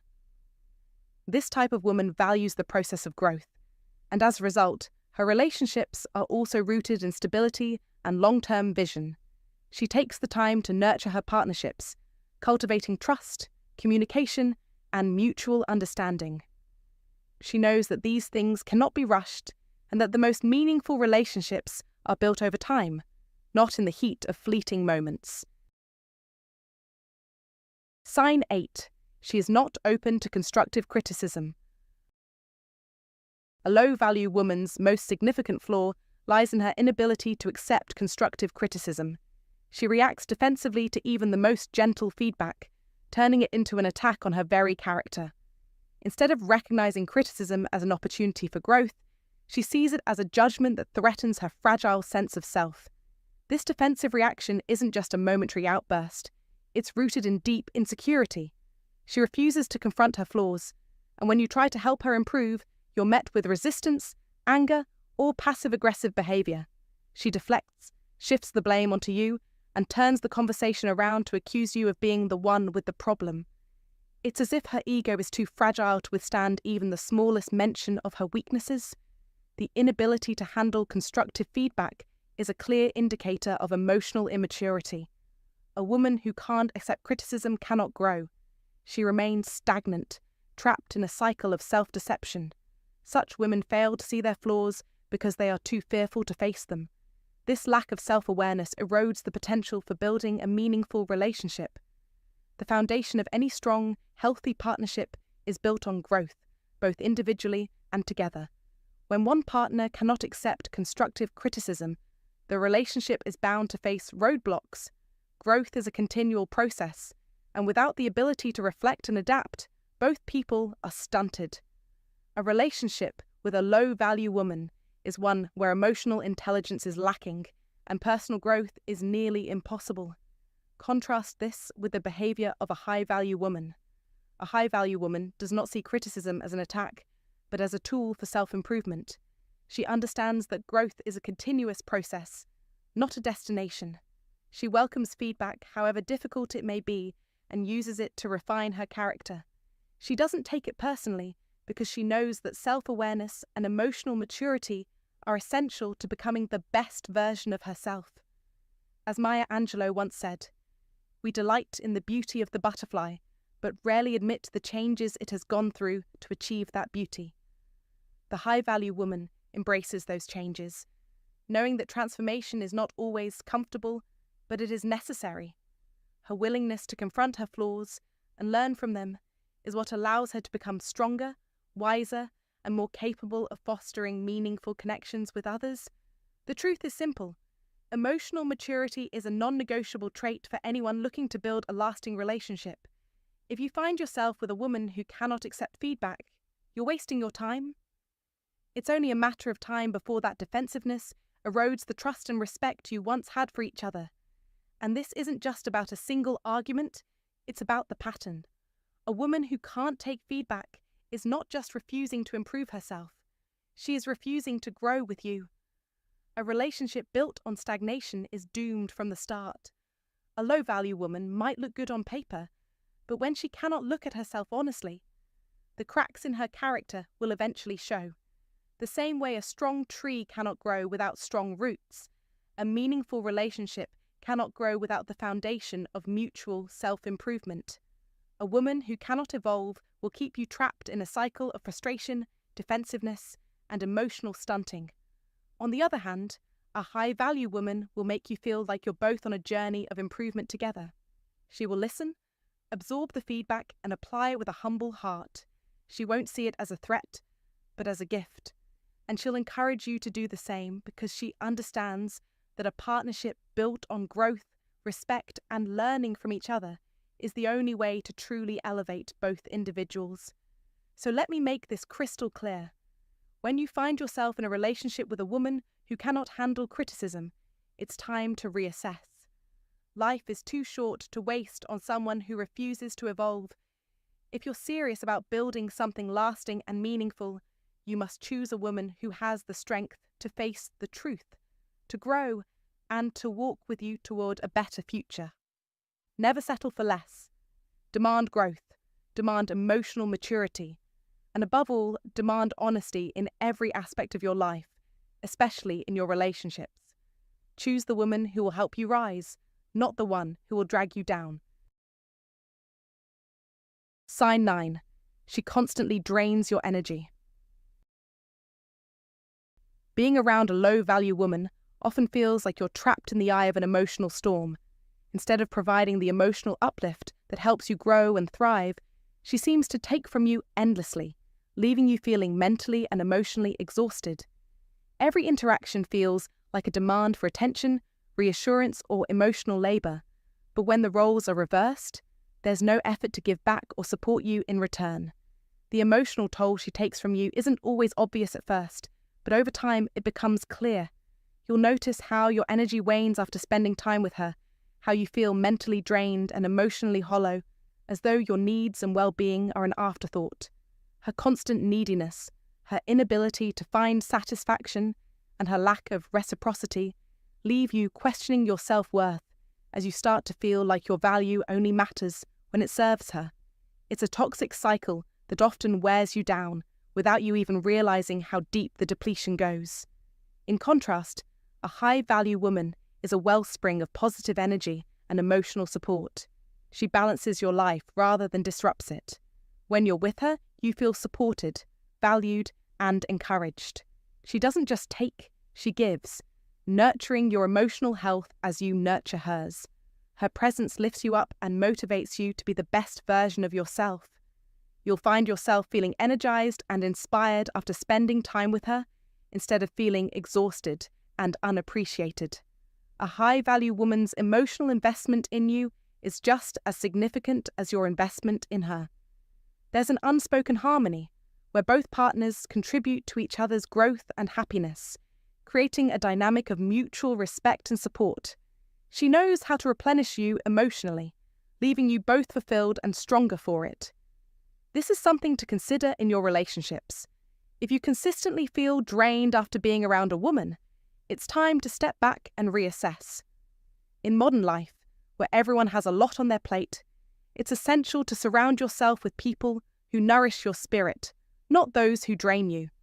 It's not just about love, it's about maintaining your emotional health and well-being.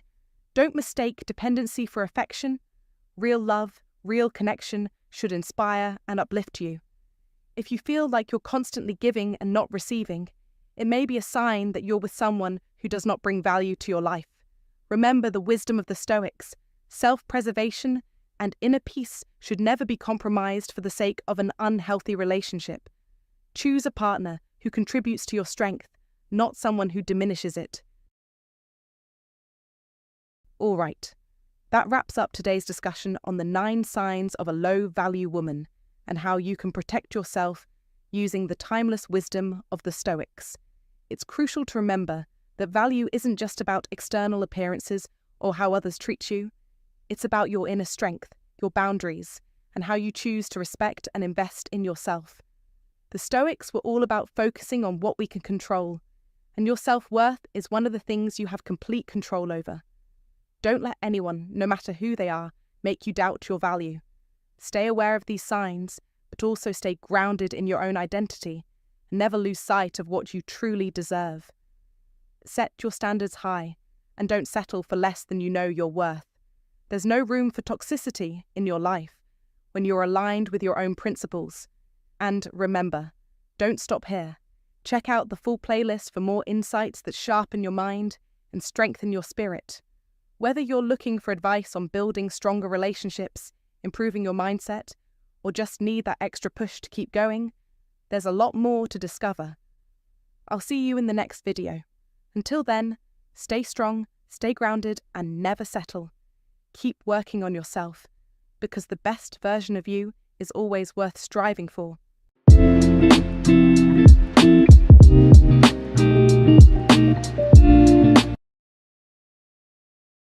Pay attention to this sentence. This is a sign that she has cheated on you.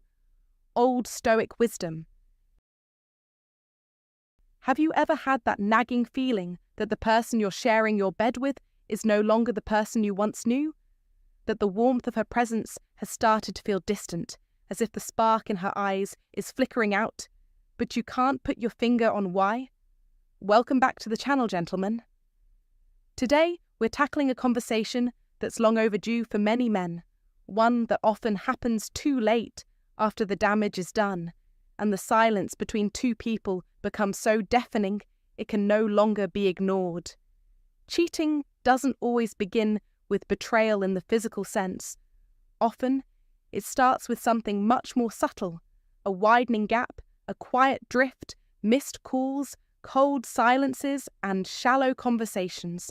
Slowly, you go from being her priority to being an afterthought, until one day you realize you're no longer even on the list. Emotional detachment is silent, but its consequences are loud, often echoing through the walls of a relationship in ways that are hard to ignore.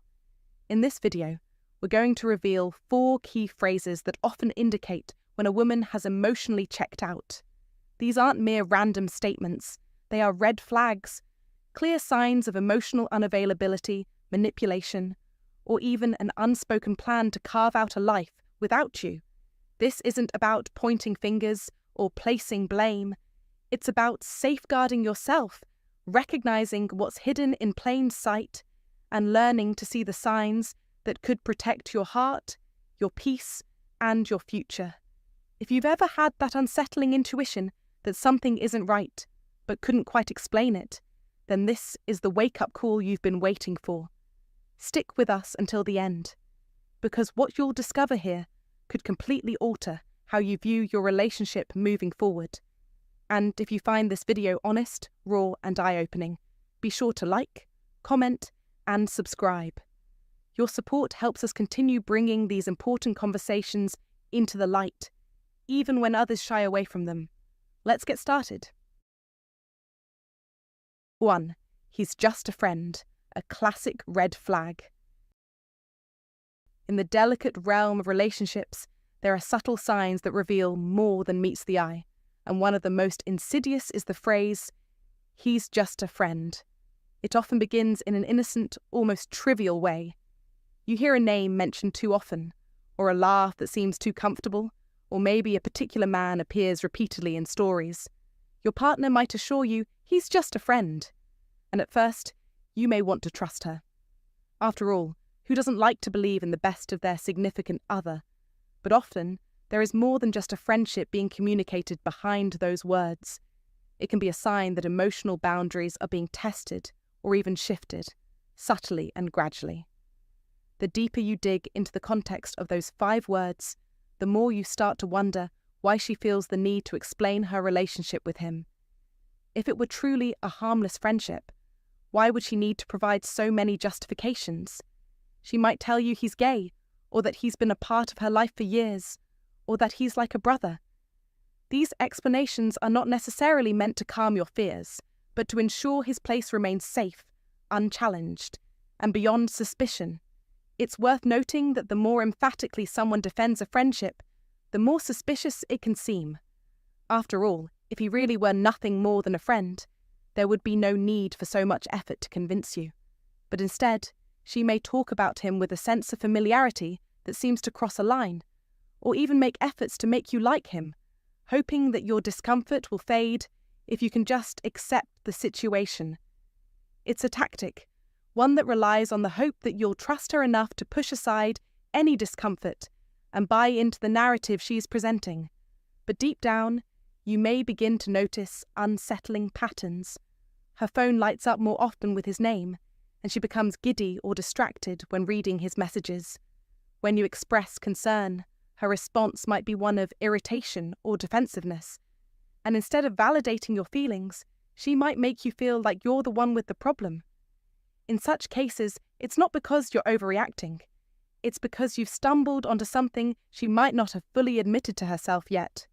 A woman who is truly in love with you, who values your relationship, will recognize and prioritize your emotional safety.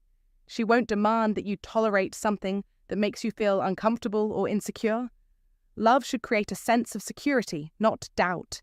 But if she dismisses your concerns, if she tries to make you believe you're being paranoid or overprotective, this is a clear indication that something more is at play. Love and loyalty aren't just about physical boundaries, but emotional ones as well. And when those emotional boundaries are crossed, when the energy and attention that should be directed toward you start to drift elsewhere, there's often more going on than just a simple friendship. Emotional infidelity is a real phenomenon, and it begins not with an overt betrayal, but with the quiet shift of loyalty. It doesn't always start with a kiss or an affair.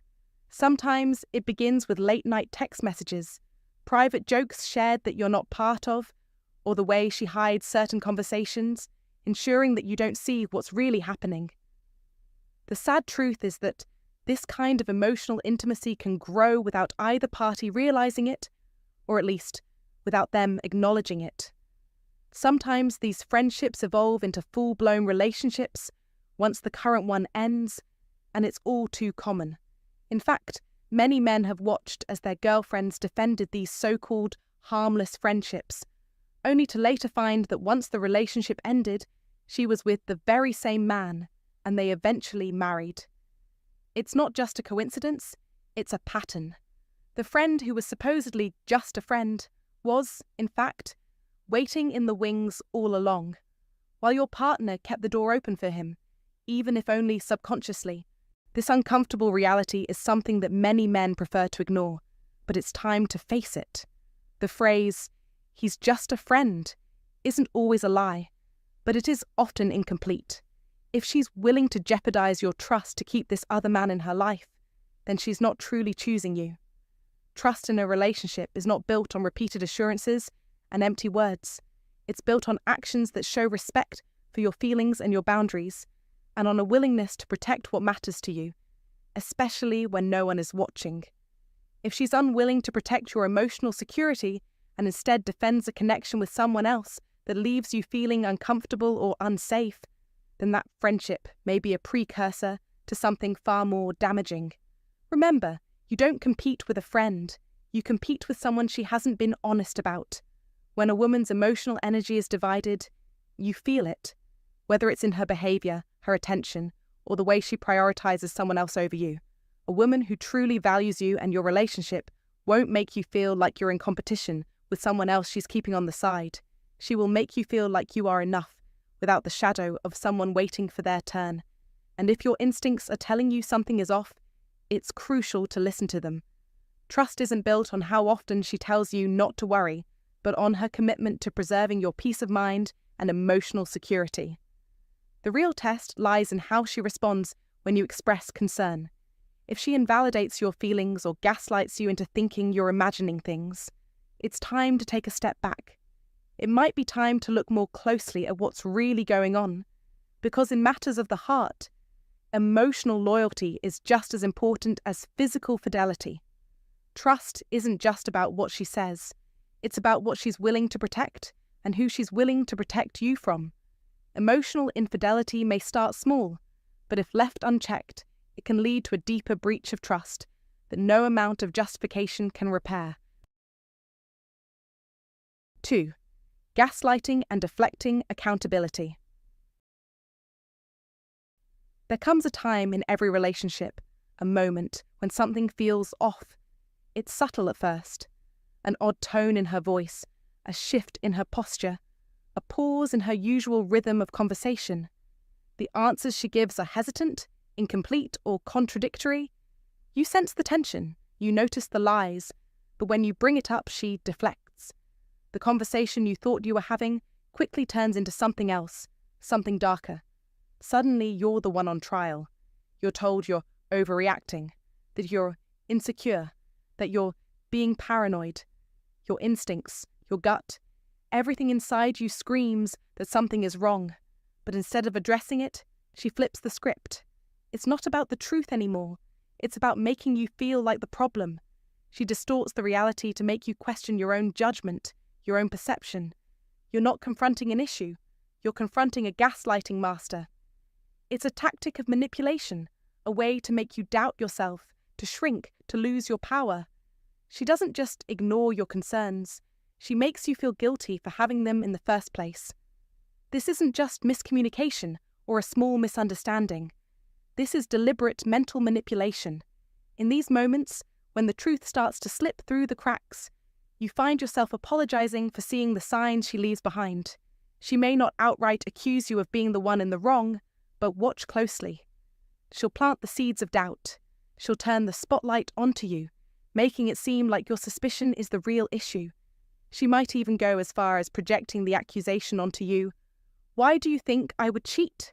Maybe you're the one who's unfaithful. It's a classic move, a form of psychological warfare designed to disarm you. She knows that when you start questioning yourself, you're no longer a threat. It's a brilliant maneuver, making you feel like you're in the wrong, even though deep down, you know you're not. But here's where you need to stop. Your gut is telling you something, and you're at the crossroads where you can either ignore it or listen to it. Gaslighting doesn't come in the form of loud, dramatic confrontations. It's quiet, insidious, and it wears you down over time. It plants doubt, not just in the moment, but in your mind, in your soul. It's a whisper that tries to drown out your own voice, to make you believe that your perception is wrong, that your instincts are flawed. The inconsistency in her stories is a telltale sign. One moment, it's just a girls' night, and the next, you hear of a guy being there. She brushes it off, calls you crazy for thinking anything of it, but inside, you feel that discomfort, that nagging question. Why did she say that, when it didn't match her original story? It's in those small contradictions, those fleeting moments of inconsistency, where the truth leaks out. And yet, it's never the big things that cause the most damage. It's the accumulation of these small, seemingly insignificant details over time.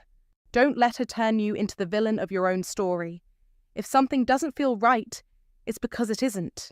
Your peace is your most valuable asset, and it's not worth sacrificing for half-truths or deflections. Your intuition is sharper than you realize. It doesn't need to be validated by every single fact lining up in perfect harmony. When the truth feels off, trust that feeling. Even if the narrative doesn't make perfect sense on the surface, there's a reason your mind is whispering to you, urging you to pay attention. Remember, the truth does not change according to our ability to stomach it. Zrenia Flannery O'Connor. What she's doing, in essence, is attempting to rewrite the truth, to reshape the story, to shift the narrative in her favor. Don't let her. You're not paranoid, you're not insecure, you're just paying attention to the signs. And let me tell you this, it's not just about catching her in a lie, it's about recognizing your own power. This is where you take control, not by doubting yourself, but by standing firm in what you know. No one, especially not someone who's actively trying to gaslight you, has the power to make you question your own perception of reality unless you allow it. When you feel that discomfort, when the inconsistencies start stacking up, you are right to feel that way. Don't let anyone make you feel like you're the crazy one. There is great power in clarity. Once you stop second-guessing yourself, once you refuse to accept the blame she's trying to place on you, you take back control. In a time of deceit, telling the truth is a revolutionary act. The Logos, George Orwell. The moment you trust your instincts again, the moment you stop allowing her to dictate the narrative, that's when the fog clears. Trust yourself. Trust your gut. Because when your spirit is unsettled, it's for a reason. And no amount of deflection or gaslighting can change that. So, let this be a warning. Do not be fooled by the subtlety of gaslighting. Do not fall into the trap of blaming yourself when your instincts are perfectly in tune with the truth. Your clarity, your certainty, your confidence, those are the weapons she cannot take from you unless you let her. Your peace is invaluable, and it's yours to protect. Don't settle for lies. Stand firm. The truth will set you free. And the moment you stop doubting yourself, you'll see the situation for what it truly is. Let your actions speak louder than any manipulation she tries to throw your way. 3. I need space. When a woman tells you that she needs space, it's often framed in a way that makes it sound like a simple request for personal time, a healthy step back to rediscover herself or gain some clarity. It might even seem thoughtful, as if she's stepping away to reflect on the relationship or her own life. But while this may be the initial message, the reality is often far different. In fact, the space she asks for rarely remains empty. The truth is, this subtle phrase is a sign of emotional distancing, one that signals something far deeper than just a need for solitude or self-reflection.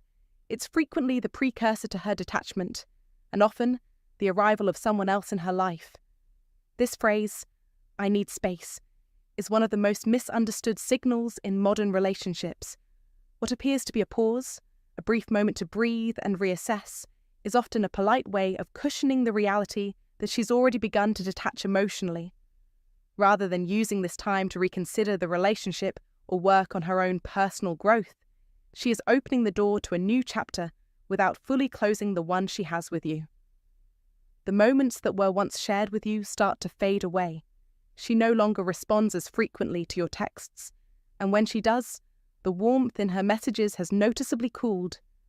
Calls that once lasted for hours turn into brief, business-like exchanges, and any attempts to connect on a deeper level feel like a distant memory. It's in this subtle shift that you'll begin to notice the absence of the emotional intimacy you once shared. It isn't about stress or needing space to decompress from a hectic life. It's about a lack of interest in you as her partner. Her physical closeness diminishes not because she's overwhelmed, but because she's no longer invested. Slowly, her time and attention are redirected towards new people and activities that don't include you. You may start hearing about a new friend she's been spending time with, and while the words, "he's just a friend," may come up, you can feel the absence of emotional closeness. That shift in her behaviour speaks volumes, even if the words coming out of her mouth say something different. What often happens next is where many men falter. They see the distance growing and, out of fear or desperation, start to chase.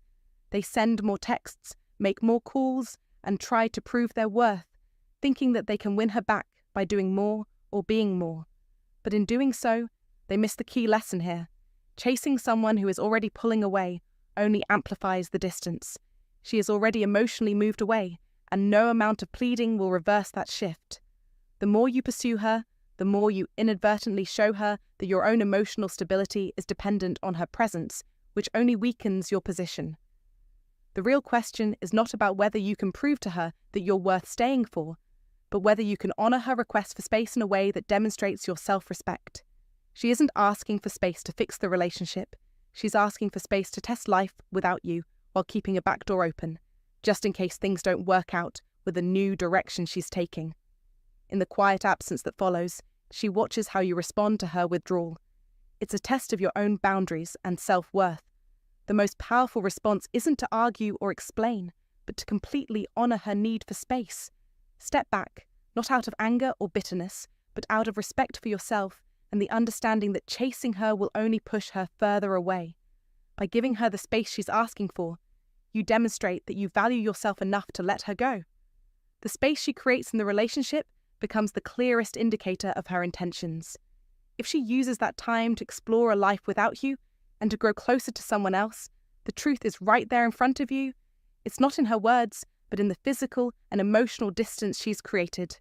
In modern life, we often try to hold on to what we fear losing, but sometimes the best way to move forward is to step back and allow the situation to reveal its true nature.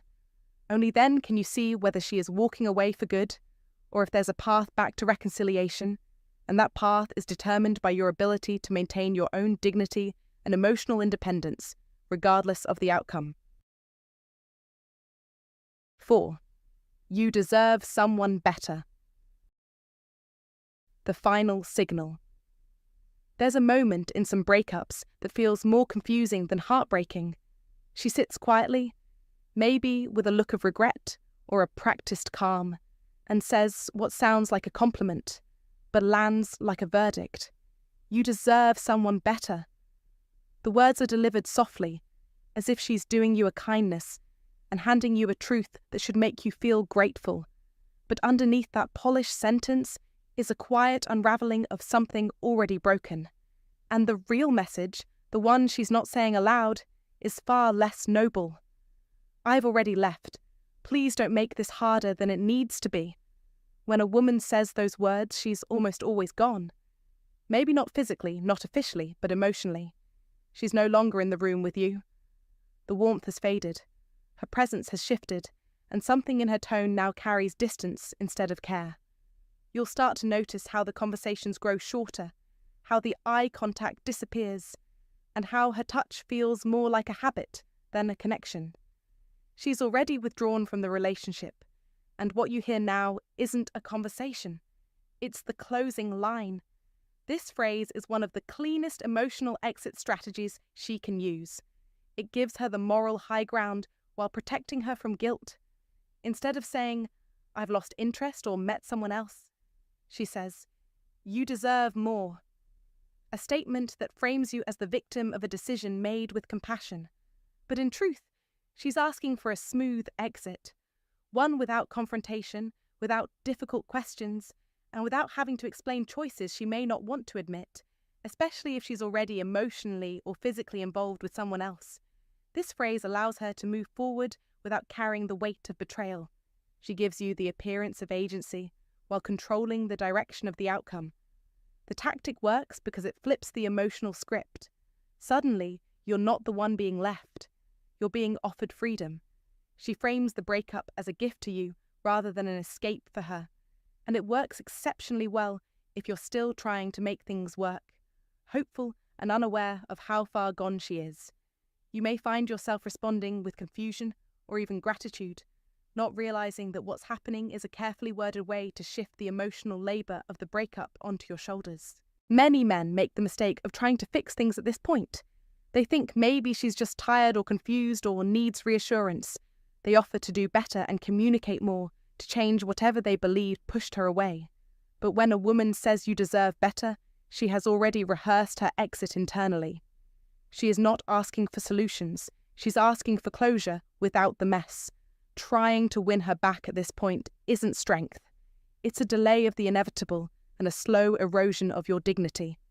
The right move is counterintuitive but powerful. You let her go without begging, bargaining, or needing the whole story because the truth is already there in the silence behind her words. She's no longer emotionally invested, and she wants you to make the ending easier for her. Your acceptance isn't a loss. It's self-respect. It's understanding that if someone truly valued you, they wouldn't leave you under the illusion of being helped to heal. They would stay and face the discomfort of working through it. There's an old saying worth remembering. When someone shows you who they are, believe them the first time. In this case, when she tells you you deserve better, don't read it as humility or love. Read it as her way of asking to be released from the role she no longer wants to play. And the sooner you recognize that, the sooner you stop holding on to someone who has already let go. Healing begins not when you chase closure, but when you choose clarity. And clarity comes when you understand that real love doesn't end with a catchphrase dressed up as compassion. It either fights to stay or it walks away honestly. Anything else is just a carefully worded goodbye. 5. I'm just going through a lot right now. When a woman says, "I'm just going through a lot right now," it can appear as a genuine plea for understanding, a cry for help, or simply a moment of vulnerability. At first glance, this may seem like a reasonable excuse, an invitation for you to give her the space to work through her difficulties. But let me be clear, in the world of relationships, especially for men who are sharp, observant, and willing to trust their instincts, this phrase can be a warning sign. a flashing red light. It's the kind of statement that hides a deeper truth, one that you must not ignore if you wish to retain your power and control in the relationship. We live in a world where emotions often hide behind excuses, and that statement, no matter how soft or well-meaning it may sound, can signal that she's emotionally disengaging, that she's withdrawing, and possibly already envisioning a future where you no longer play a central role. Yes, there might be external challenges in her life, stress from work, family drama, or personal turmoil, but the harsh reality is that when a woman truly values you and the bond you share, she doesn't make you feel secondary during times of stress. Instead, she draws closer, seeking support, comfort, and strength from you. In the midst of chaos, there is also opportunity, said Sun Tzu, and this applies to relationships as well. Stress should bring two people together, not push them apart. If she consistently uses this phrase or repeats it like a mantra, this is a strategy to divert your attention from the real issue at hand, the waning connection between you two. And let's be honest, when the emotional walls begin to rise, it's rarely the chaos of her life that's the culprit. It's the emotional distance she's been quietly cultivating. Here's the undeniable truth. When a woman is truly committed to the relationship, when she still desires to be with you, you will not feel like an afterthought. She will not place you on the back burner, waiting until things settle down. She will instead involve you in her struggles, will look for ways to strengthen the relationship, not let it wither. This phrase, "I'm just going through a lot," may be used to distract you from the real emotional undercurrent running through your relationship. It's a shield, a way to avoid confronting her dwindling attraction or emotional disconnect. Do not fall into the trap of thinking that you're at fault, or that this is merely a phase that will pass with time. The longer this phrase is used, the more it becomes an excuse, a reason to avoid the uncomfortable truth that she might be slipping away. Take stock of her behavior during this time. Does she still make an effort to communicate with you, to invest emotionally, to keep the flame alive? Or do you find yourself scrambling for scraps of attention while she seems more absorbed in her own world, less inclined to engage with you on a deep level? When you notice this shift, it's time to stop making excuses for her. In the words of Marcus Aurelius, the impediment to action advances action. What stands in the way becomes the way. If you're feeling like a secondary priority, if you're being pushed aside while she deals with her stuff, then the path forward is clear. Reevaluate. You must recognize the power you have in deciding whether you will continue to invest in a relationship where you are no longer the primary focus. She may claim that things will improve once she's through her struggles, but if she has consistently distanced herself emotionally, you must ask yourself, does she even want you to be there when she emerges from this phase? The power of a relationship lies in the mutual effort, trust, and emotional investment from both partners. It's not about waiting for someone to come around after they've decided to pull away. In modern life, we often get caught up in the idea of sacrifice, of patience, of waiting for things to get better. But true strength in relationships comes from action. If you want a partner who values you, who is emotionally available and engaged, you need to demand it. Do not sit idly by, hoping that time will heal the wounds of a relationship that's been neglected. Remember, the truth often lies not in the words, but in the actions. So, listen carefully, observe closely, and never let your emotions cloud the reality of what's truly happening. The moment you stop settling for being a second priority, you reclaim your power. This is your life, and you are the architect of your destiny. Don't let anyone dim your light. 6. I don't know what I want anymore. When a woman says, "I don't know what I want anymore," it can feel like an emotional grenade exploding in the heart of a relationship. On the surface, it might appear as though she's simply grappling with uncertainty or confusion about the future, and as a partner, your instinct may be to jump in, to reassure her, to offer your support, and try to help her find clarity. However, beneath this seemingly innocent admission often lies something much deeper, an emotional distance that has already begun to grow between you. It's not just a passing moment of indecision. It's a profound sign that her emotional connection to the relationship, and potentially to you, has started to unravel. While she may not have made a clear decision about the future yet, the very fact that she's uttering those words is an indication that her heart has already started questioning the relationship's viability. And if you're not careful, this could be the beginning of an inevitable end. The phrase, "I don't know what I want anymore," doesn't just mean she's lost in thought about the relationship. It reflects a critical shift in her emotional commitment. In essence, it signals that the emotional clarity and certainty that once anchored your bond are now crumbling. Her indecision is often not about needing time to think. It's about a loss of direction in how she feels about you and the partnership you share. What makes this statement particularly alarming is that it often marks a breakdown in the emotional investment she had once poured into the relationship. While she may not yet have made a firm decision to leave or move on, she's emotionally checked out to some extent, and those feelings of uncertainty she's expressing are usually an indicator that the emotional foundation you once built together is beginning to erode. It's easy to dismiss these words as a temporary phase, thinking that perhaps she's just overwhelmed by life's pressures, or that she just needs space to figure things out. But the reality is, when someone reaches this point, it's rarely about needing time for self-reflection. It's often the manifestation of an underlying loss of emotional connection.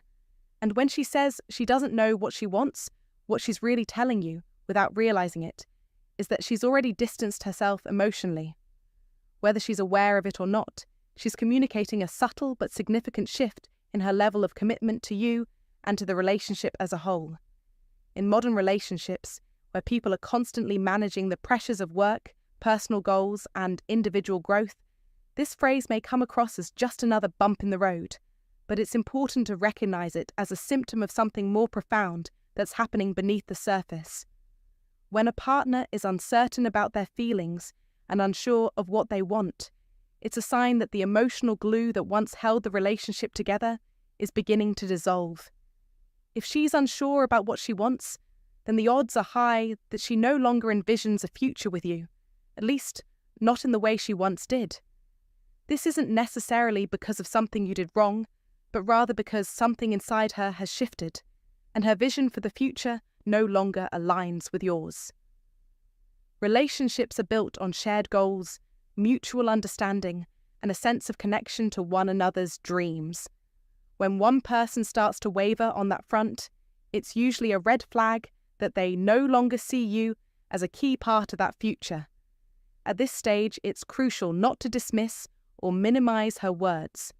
Though it's tempting to convince yourself that she's simply going through a phase, the reality is that a relationship doesn't thrive on uncertainty. It thrives on shared vision, commitment, and mutual emotional investment. If she's expressing doubts about what she wants and is unclear about the direction of the relationship, it often signals that she's already begun to emotionally disengage. It's easy to fall into the trap of believing that with time, she'll come around, that once the dust settles, her feelings will return to what they once were. Unfortunately, that's rarely the case. Once someone begins to voice their indecision, it's often a sign that the emotional bond has weakened to a point where it's no longer sustainable. Rather than hoping she'll snap out of it, it's time to face the reality that she may be emotionally drifting away. This is a crucial moment for you to take a step back and reflect on your own position within the relationship. While it's natural to want to hold on to the hope of things getting better, it's equally important to evaluate your worth and consider whether you want to continue investing in a relationship where the other person is uncertain. Her feelings may not be as clear as you'd like them to be, but yours should be. Are you willing to stick around and invest time, energy, and emotion into a relationship where the other person is unsure of their commitment to you?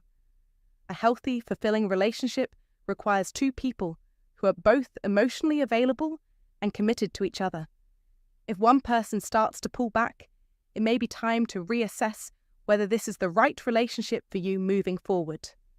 In modern life, where people often juggle multiple responsibilities and personal aspirations, it's not uncommon for relationships to face periods of doubt. However, this phrase, "I don't know what I want anymore" is different from typical relationship struggles. It's a sign that the emotional fabric of the relationship has started to unravel. And unless addressed, this uncertainty can snowball into a permanent disengagement. Don't allow yourself to be swept up in the hope that things will just fix themselves. Instead, take a step back and evaluate whether you're in a relationship where mutual growth, understanding, and commitment still exist. If they don't, it might be time to let go, knowing that sometimes emotional distance is a sign that both parties need space to find their own clarity. This is not a call to give up prematurely, but rather an invitation to take a hard look at where things stand, and whether it's worth continuing to invest in a relationship where emotional certainty has already started to fade. Don't settle for half effort. Cheating at its core is rarely impulsive. It's not something that happens suddenly without warning. It's a gradual unraveling of emotional connection, loyalty, and respect. And as we've seen throughout this video, it often begins with small, seemingly innocent phrases that many men overlook. "He's just a friend." "You're being insecure." "I need space." "You deserve someone better." These aren't just words, they're cues. They're signals that something has shifted beneath the surface. When a woman begins to disconnect emotionally, the language she uses changes. Her behaviour becomes more guarded, her presence more distant, and her reassurances start to feel hollow. She may not admit it directly, but she tells you what you need to know if you can hear it through her words and actions. This situation is so painful for many men because of the betrayal and the realization that they ignored their intuition for far too long.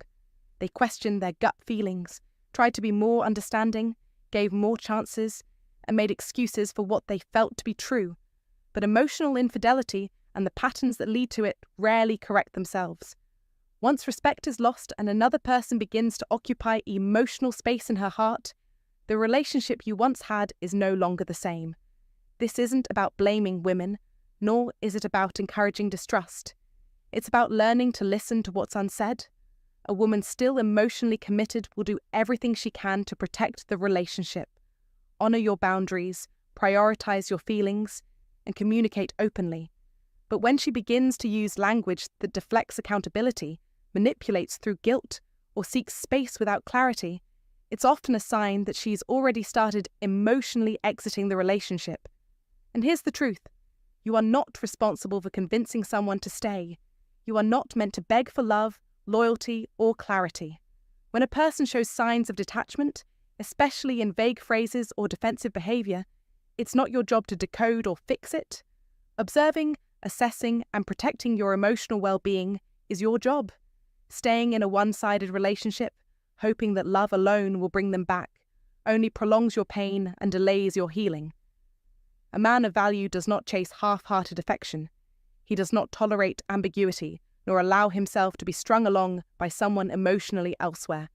Instead, he moves with quiet confidence, walking away from what no longer serves him and making space for peace, clarity, and growth. That is strength, not anger, not revenge, but the ability to detach with dignity. So, as we close, ask yourself honestly, are you accepting less than what you deserve? Are you hoping her words mean something different than they truly imply? And if so, are you ready to choose self-respect over confusion? I'd love to hear your story. Have you ever been on the receiving end of phrases like these? What was your gut reaction? Did it shake you, shape you, or strengthen you? How did it shift the way you see yourself or the people you let into your world? Drop your experience in the comments. Raw, honest, unfiltered. You never know who needs to hear your voice. Sometimes your pain becomes someone else's light. And if this video sparked something in you, if it helped you see the game for what it is or reminded you of your true value, don't just scroll away. Hit that like button, subscribe, and turn on notifications because we're just getting started. There's so much more to uncover about emotional mastery, high-value living, and building unshakable self-worth. This is more than a channel. It's a movement for men who are done chasing and ready to rise. Until next time, guard your mind, honor your heart, and walk like a man who knows exactly who he is.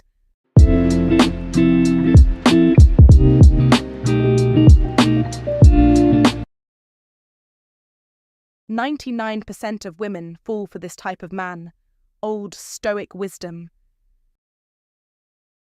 There's one specific type of man that nearly all women find irresistible. And no, it's not the wealthy businessman, the rebellious bad boy, or the overly friendly, nice guy. Stick around, because if you stay with me until the end, you'll uncover a deep truth about attraction that even many women don't fully recognize themselves. Trust me, this is something they don't teach in dating books or discuss on popular podcasts.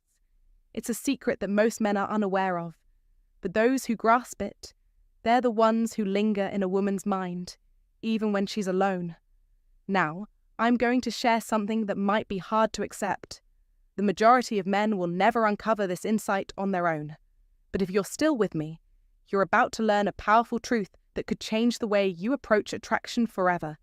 And if you want to dive deeper into the unspoken truths of this game, things that I can't say openly, you'll find a special members-only space where we go beyond the surface. It's raw, honest, and it's where the real growth happens.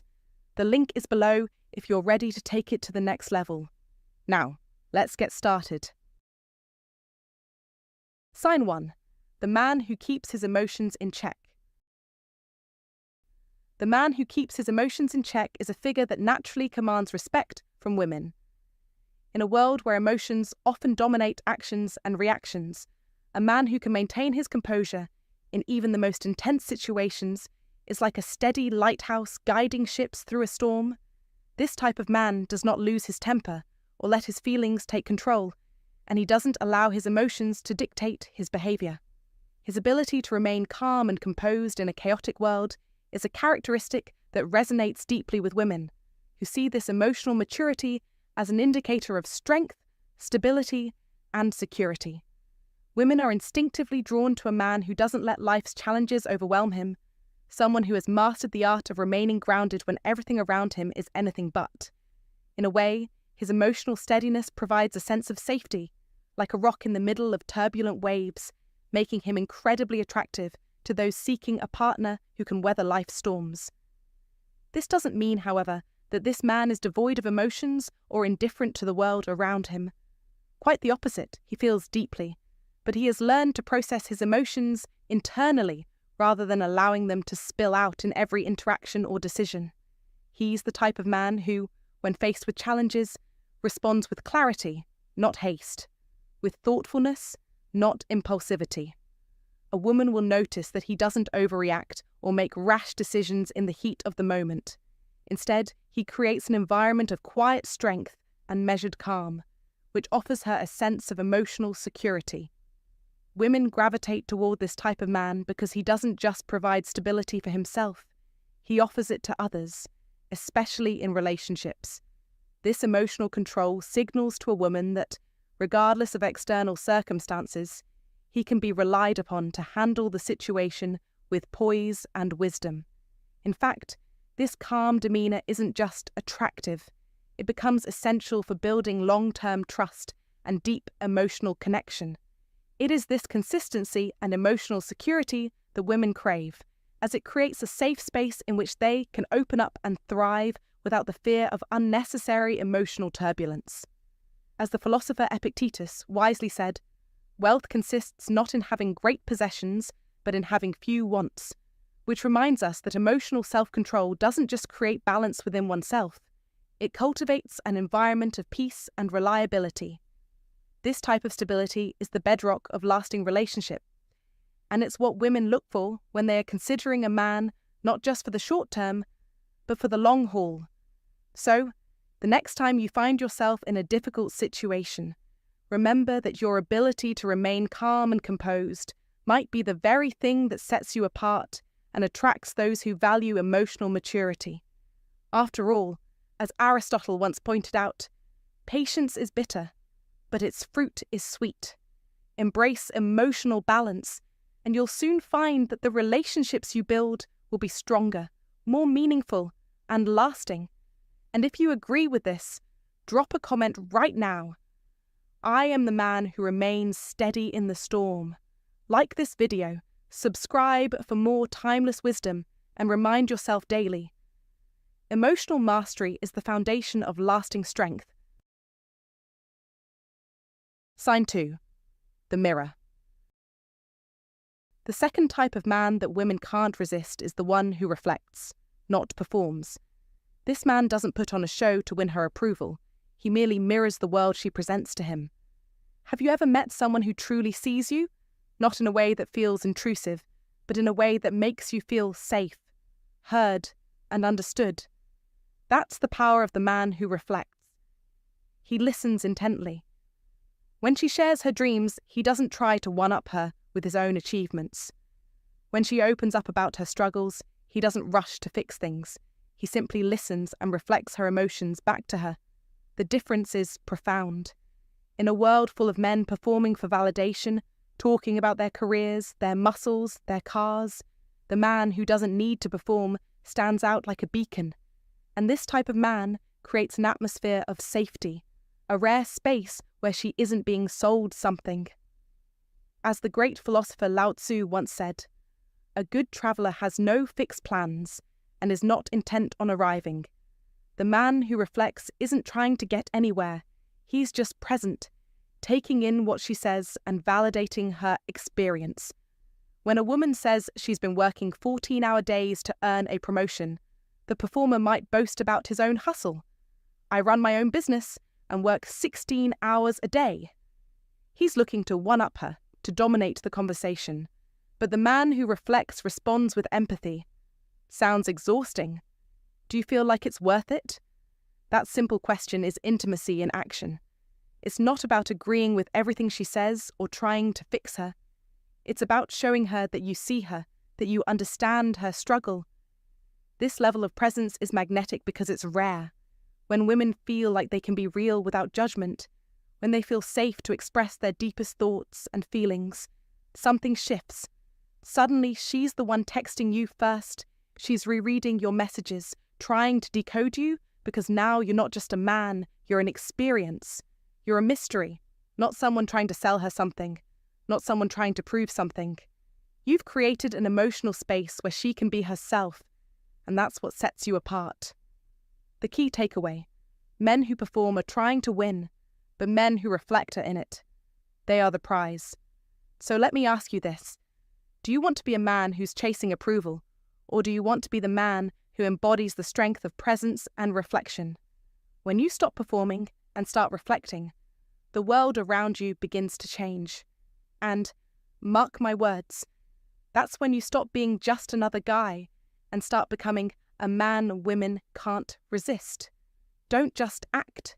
Be present, reflect, listen, and watch how everything falls into place. Sign 3.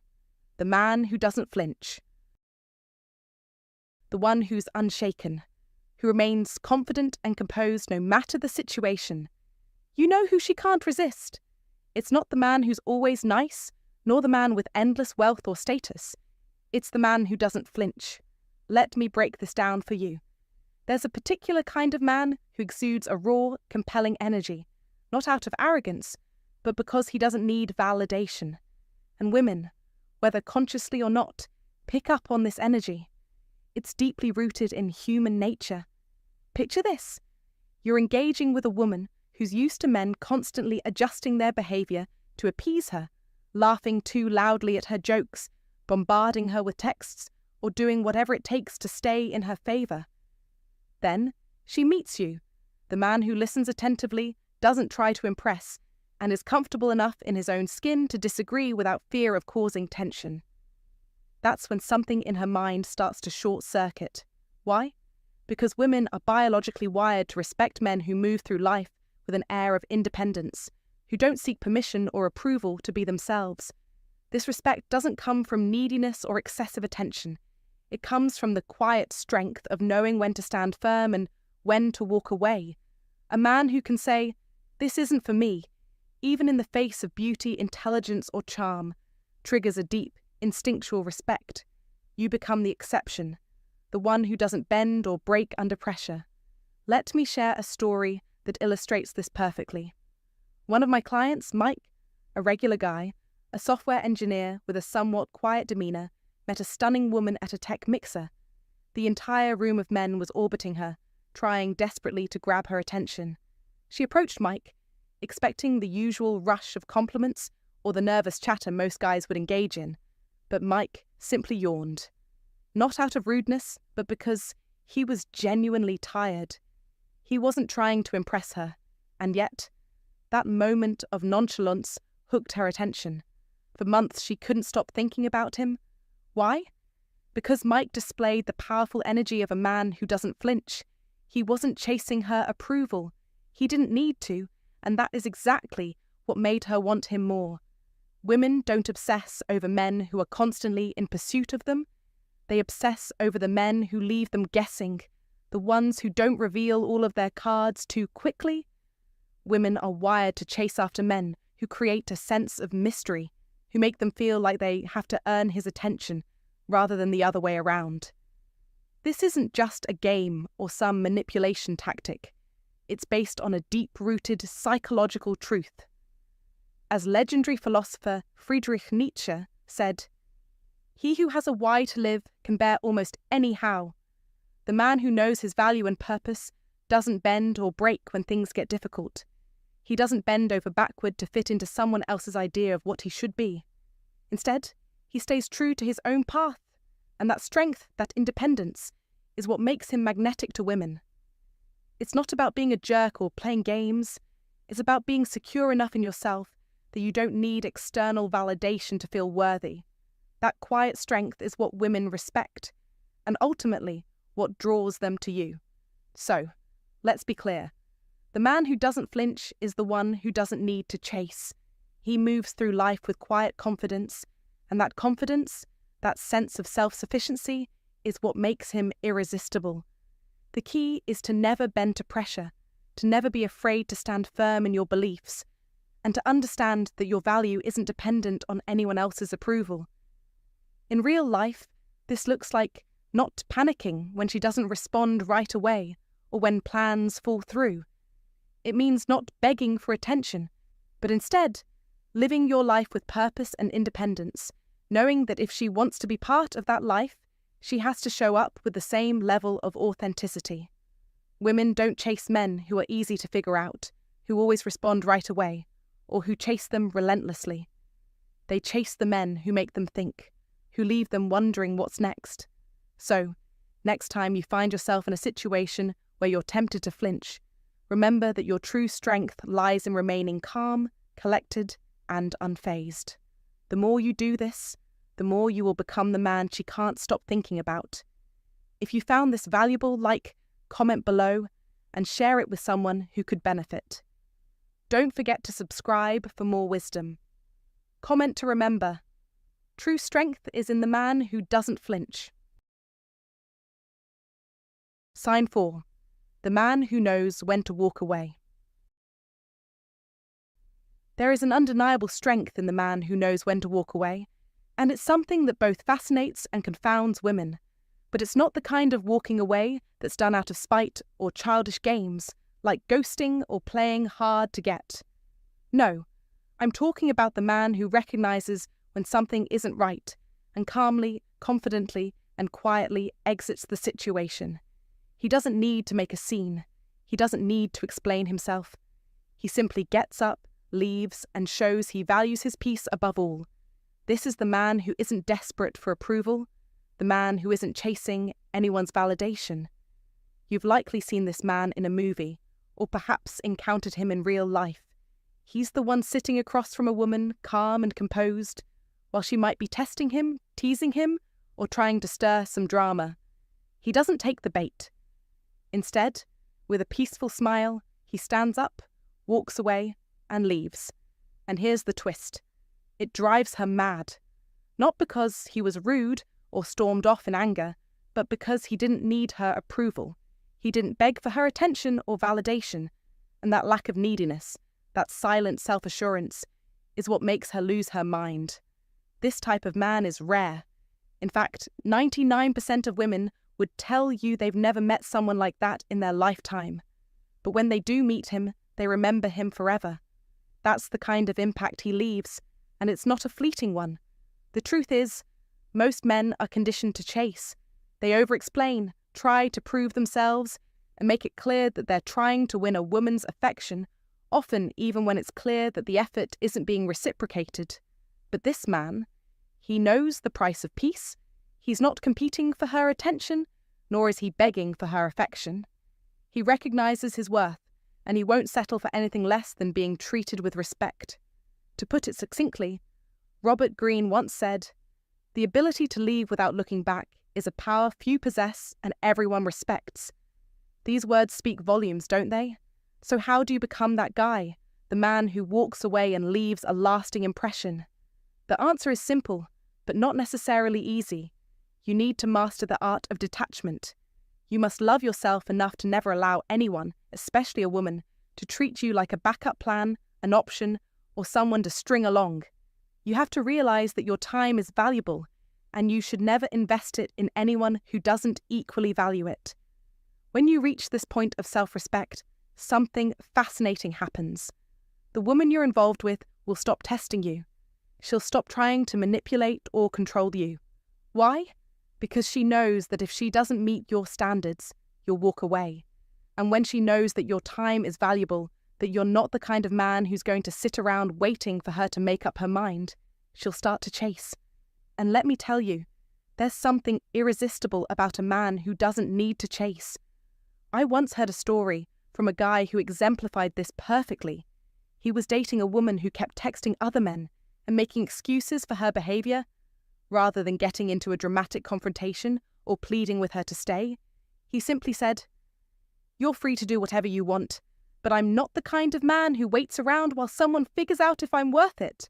She laughed it off, thinking he was overreacting. So he smiled, deleted her number, and went silent. 2 weeks later, she reached out to him, telling him how much she missed him and that she'd messed up. But by then, he had already moved on. This is the power of walking away. It's not about manipulation. It's not about creating drama. It's about establishing unshakable standards and never allowing anyone to treat you like less than you deserve. That's how you leave a lasting impression. That's how you make someone regret losing you. Not by begging for their attention, but by having the courage to walk away. Remember, your time is valuable, and it's worth being spent with someone who recognizes and appreciates that. So the next time you find yourself in a situation where you're not being valued, don't be afraid to walk away. It's your time, your peace, and your life. If this message spoke to your heart today, leave a comment about faith. I am a high-value man. Sign 5. The man who makes her feel like the only woman in the room but doesn't say a word. Here's a truth that every man should understand. Women don't fall for the words you speak. They fall for how you make them feel. It's not the flashy talk or the grand gestures that capture their hearts. It's the deeper, more subtle force that lies in your energy, your presence, your ability to make them feel seen, heard, and valued. A man who can lock eyes with a woman across a crowded room and without saying a single word make her heart race. This man possesses something far more powerful than money, fame, or status. He possesses presence. It's not about fake confidence or superficial charm that disappears when the lights go down. No, it's about calm, grounded energy that creates a magnetic aura around you, an aura that makes a woman feel as if she's the only one in the world for just that fleeting moment. You don't need a rehearsed pickup line. You don't need to flex or show off. In fact, the less you try to impress her, the more powerful you become. Your silence, your stillness, is your secret weapon. Let me explain it with a story, one that perfectly captures the essence of this idea. A woman on Reddit once shared her experience at a party, surrounded by a sea of people. She was scanning the crowd when her eyes kept returning to one man. He was sharp, well-dressed and poised, yet he was silent. While others in the room laughed, spoke loudly and sought attention, he simply held space. Every time she looked his way, his gaze met hers, and he didn't look away. It wasn't aggressive or predatory. It was confident, calm and unbothered by the noise around him. It was the kind of look that conveyed a deep sense of self-assuredness, a quiet but undeniable presence. She couldn't help but be drawn to him, and when she finally approached him, she started the conversation with a simple yet profound statement. "You looked like you didn't need anyone, but I wanted to be the one you wanted." That right there is the secret, the entire game. He made her feel desired without making her feel pursued. He wasn't desperate, he wasn't needy, and he certainly didn't give off the vibe of a man who was craving validation. Instead, he gave off the energy of a man who was comfortable in his own skin, a man who was living his life for himself and didn't need anyone to complete him. What's incredibly powerful about this dynamic is that women are inherently drawn to men who exude strength without ever having to diminish themselves in the process. They want men who lift them up, not by playing small or putting themselves down, but by standing tall and remaining mysterious, compelling, and deeply in control of their own emotions. In a world full of oversharers, men who wear their hearts on their sleeves, and those who are constantly seeking validation, the man who can remain poised and elusive becomes a rare treasure. This type of presence is magnetic. Women don't just notice it, they're fascinated by it. It lingers in their mind long after the interaction ends, because it feels different than anything they've experienced before. It's the man who leaves a mark on their hearts without trying. And this, my friends, is where the power lies. The ability to remain grounded, to project a quiet confidence that makes women feel truly special, is an art. It requires you to have emotional discipline, self-assurance, and a sense of purpose that is unwavering. You have to understand who you are and be comfortable with that. In a world that is loud, busy, and filled with distractions, the man who is still, who is calm, who is grounded, he is the one who stands out. Not by force, not by shouting for attention, but by quietly commanding it. In today's fast-paced, noise-filled world, where people are constantly seeking validation and recognition, the man who stands tall in silence, who can hold eye contact with the same intensity as a lion waiting to strike, becomes an irresistible force. This type of man doesn't just captivate a woman for a moment. He keeps her thinking about him long after the moment is gone. He's the man who doesn't chase, who doesn't beg for attention. He doesn't need to, because he knows his worth, and that quiet certainty radiates from him. Women, whether they realize it or not, want to be with a man who doesn't just make them feel special. They want to be with a man who makes them feel like they're the only one in the room. Remember, presence is power. The silent man is the loudest in the room, because it's not what you say that matters, it's how you make her feel. You want to be the man she remembers, the man she can't stop thinking about. To do this, you need to embody that rare, silent strength, that aura of mystery and control. When you can do that, you'll own her mind, you'll own her heart, and most importantly, you'll own your own life. Don't chase, don't beg. Be the man who makes her feel like the only woman in Sign 6. The storm in his calm. Imagine a man walking into a room, his presence almost imperceptible at first, and yet no one can ignore him. He doesn't draw attention with loud words or flashy gestures. There's a subtlety to him, an unspoken force that catches the eye of every woman in the room. They can't quite put their finger on it, but they feel it. It's not because of his appearance, his clothes, or his wealth. It's because he carries something deeper. Beneath the calm surface, he holds a quiet intensity, a tension, a controlled chaos that leaves an impression long after he's left. This man has mastered the art of stillness, but it's not the softness of submission or weakness. His stillness carries power, and it's dangerous in the most alluring way. Women sense that power, even if they can't fully articulate what it is. It's not something loud or obvious. It's in the subtle way he moves, the deliberate pauses between his words, the calmness in his gaze. What separates him from the crowd is his ability to remain unshaken. He doesn't rush to fill silence with words. He doesn't feel the need to explain himself or justify his actions. When he speaks, every word is measured, each syllable weighted with purpose. He's not trying to impress anyone, nor is he attempting to fix or change how someone else feels. He lets emotions flow without interference.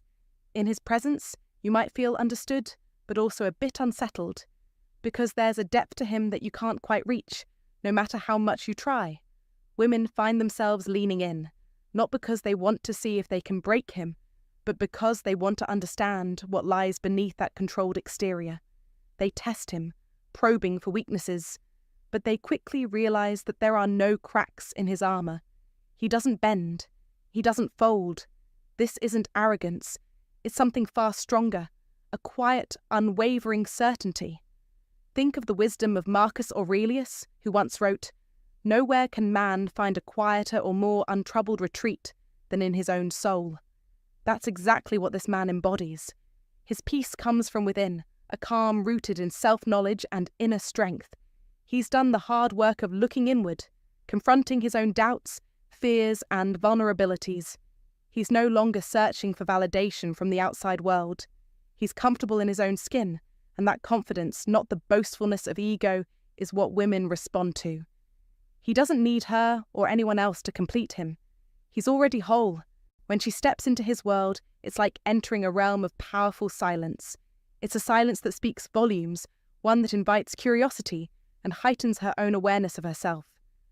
In that space, her heart races, and her mind starts to spin with questions. What makes him so magnetic? What is it about him that draws her in, even though she doesn't fully understand why? It's an enigma, and that enigma keeps her coming back, over and over again. She might never fully unravel him, but the pursuit of understanding, of getting closer to that mysterious core, is what keeps her intrigued and invested. And in the modern world, with all its noise, distractions, and superficial interactions, that kind of grounded presence is more compelling than ever. It reminds her that there's more to a man than what he says or does. It's the quiet strength he exudes that becomes unforgettable. In a world full of men trying to be seen, heard, and validated, this man stands apart, effortlessly drawing people in, without needing to do anything other than be himself. If you believe in the power of quiet confidence and unshakable presence, drop a comment right now. I am the man who holds the storm in his calm. Like this video, subscribe for more timeless wisdom, and remind yourself daily, true strength is found in silence, not noise. Sign 7. The man who lives with purpose.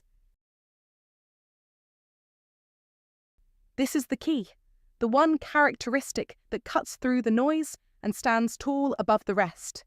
The man who lives with a deep, unwavering sense of purpose is magnetic. He wakes up every single day with intent, not merely surviving the hours, but carving his way towards something far greater than himself. His purpose is the backbone of his existence, and because of that, he is unstoppable. A man like this doesn't need to chase approval or validation, because he already knows exactly who he is and what he's here to do.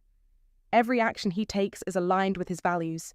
Every decision is made with an eye on the future, and his focus is never clouded by fleeting desires or external pressures. He understands that purpose is the true measure of a man, not the title on his business card, the wealth he amasses, or the temporary accolades he might collect.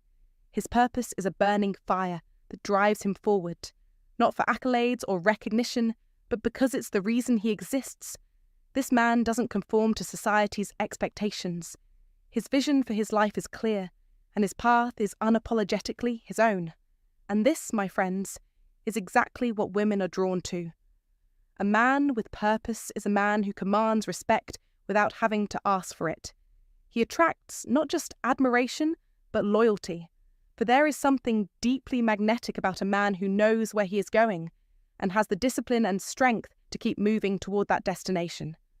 Women know instinctively that a man with purpose is a man who will bring stability, direction, and meaning into their lives, not uncertainty, aimlessness, or confusion.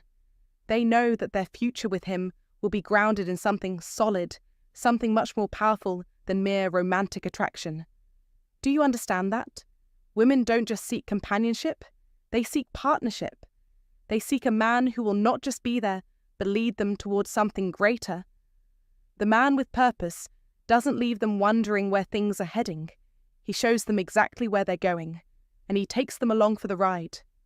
Think of the great men throughout history, the warriors, the kings, the philosophers, all driven by a singular mission. Napoleon, for example, was a man who lived with purpose. His mission: to change the course of history. His confidence, his focus, his unwavering belief in his vision was so profound that it inspired legions of men and women to follow him, trust him, and fight for him.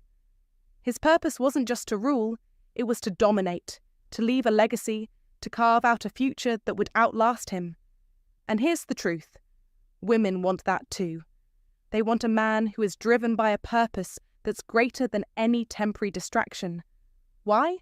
Because, at the core, women are attracted to stability, certainty, and vision. They are naturally drawn to the man who has direction, the man who is creating something lasting, something meaningful, not just spinning his wheels or chasing the next shiny thing. Women want to be part of something bigger than themselves, to stand beside a man whose vision excites them, whose purpose lights a fire in their own heart. If you're a man living without purpose, you are sending a clear signal to the world that you are adrift, that you lack the inner conviction to shape your own life. No woman wants to board a ship that is drifting aimlessly on the sea of uncertainty. But let me tell you this: it's not too late to change course. Purpose doesn't require a sudden, grandiose revelation. It starts with a decision to rise above mediocrity, to stop living for the moment and begin living for the future. To decide that today, you will make a choice that aligns with your long-term goals, your values, and your vision. You will make decisions based on the man you want to become, not the man you are today. You will start creating a future you can be proud of, a future that not only brings you fulfillment, but naturally attracts others who see your vision and want to walk with you toward it. Remember, men, purpose is not a destination, it's a journey, and it's one that never ends. Every step you take toward your goal makes you more magnetic, more powerful, and more capable of leading, not just in your life, but in the lives of those around you. Your purpose will anchor you, give you clarity, and shape the world around you. You won't be drifting through life, waiting for the next opportunity to fall into your lap. No, you will actively create those opportunities by pursuing something bigger than yourself. You will rise above the noise of the world, knowing that your purpose gives you direction and power. And that is what women want: a man with power, a man who is in control of his life, who knows exactly where he's going and how to get there. This is your moment. The question is not whether you have purpose, but whether you have the courage to pursue it relentlessly. Do you have the conviction to make every decision based on your purpose, to rise above distractions, to choose the long-term vision over the short-term comfort? If so, you will command the respect and admiration of the world around you, and women will be drawn to you, not just because of what you can offer in the moment, but because of what you're building, and because you are strong enough to build it alone. As the great philosopher Friedrich Nietzsche once said, "He who has a why to live can bear almost any how." If you have a clear purpose, a reason to live, nothing can stand in your way. Your strength will come from your sense of direction, and in that direction, others will follow. So rise up, find your purpose, and start walking with confidence, because a man with purpose is a man who will never be alone. Hey, thanks for tuning in today. I hope you got something valuable from this conversation. Here's the deal. We live in a world full of distractions and false narratives, but this is the channel where we cut through the noise. No fluff, no sugarcoating, just raw, real insight backed by stoic strength. So here's my advice to you. Be the man who attracts not because he tries, but because he is. Focus on developing your inner strength, your sense of purpose, and your own authenticity. This is the type of man women are drawn to, and honestly, it's the type of man you need to become if you want to live a life of impact. Drop a comment below. Tell me which type of man you're becoming or already are. I'm genuinely curious. Until next time, remember this: a lion doesn't lose sleep over the opinions of sheep. Be the lion. Wait before you go. What I just shared with you in this video, that's barely scratching the surface. If you're the kind of man who wants to go deeper and master the unspoken dynamics of attraction, confidence, and control, I'm personally inviting you into something most men will never see: the Stoic Inner Circle members-only room. Inside, you'll get access to uncensored strategies I can't share publicly, psychological breakdowns of female behavior that'll make you 10 times smarter in every interaction, weekly members-only videos, voice notes, and deep dive breakdowns. You'll have direct access to me, and you'll connect with a growing tribe of men just like you, high value, strategic, and dangerously self-aware. This is where the real transformation happens. And once you're inside, you'll understand why some men never get ghosted, never chase, and never settle. Spots are limited, and trust me, power is for the few who are ready to take it.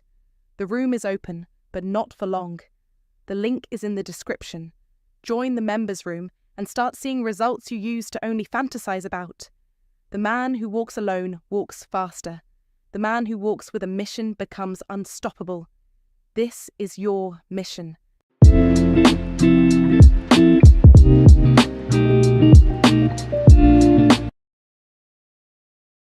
Nine things that make men look cheap. Fix these fast, old Stoic wisdom.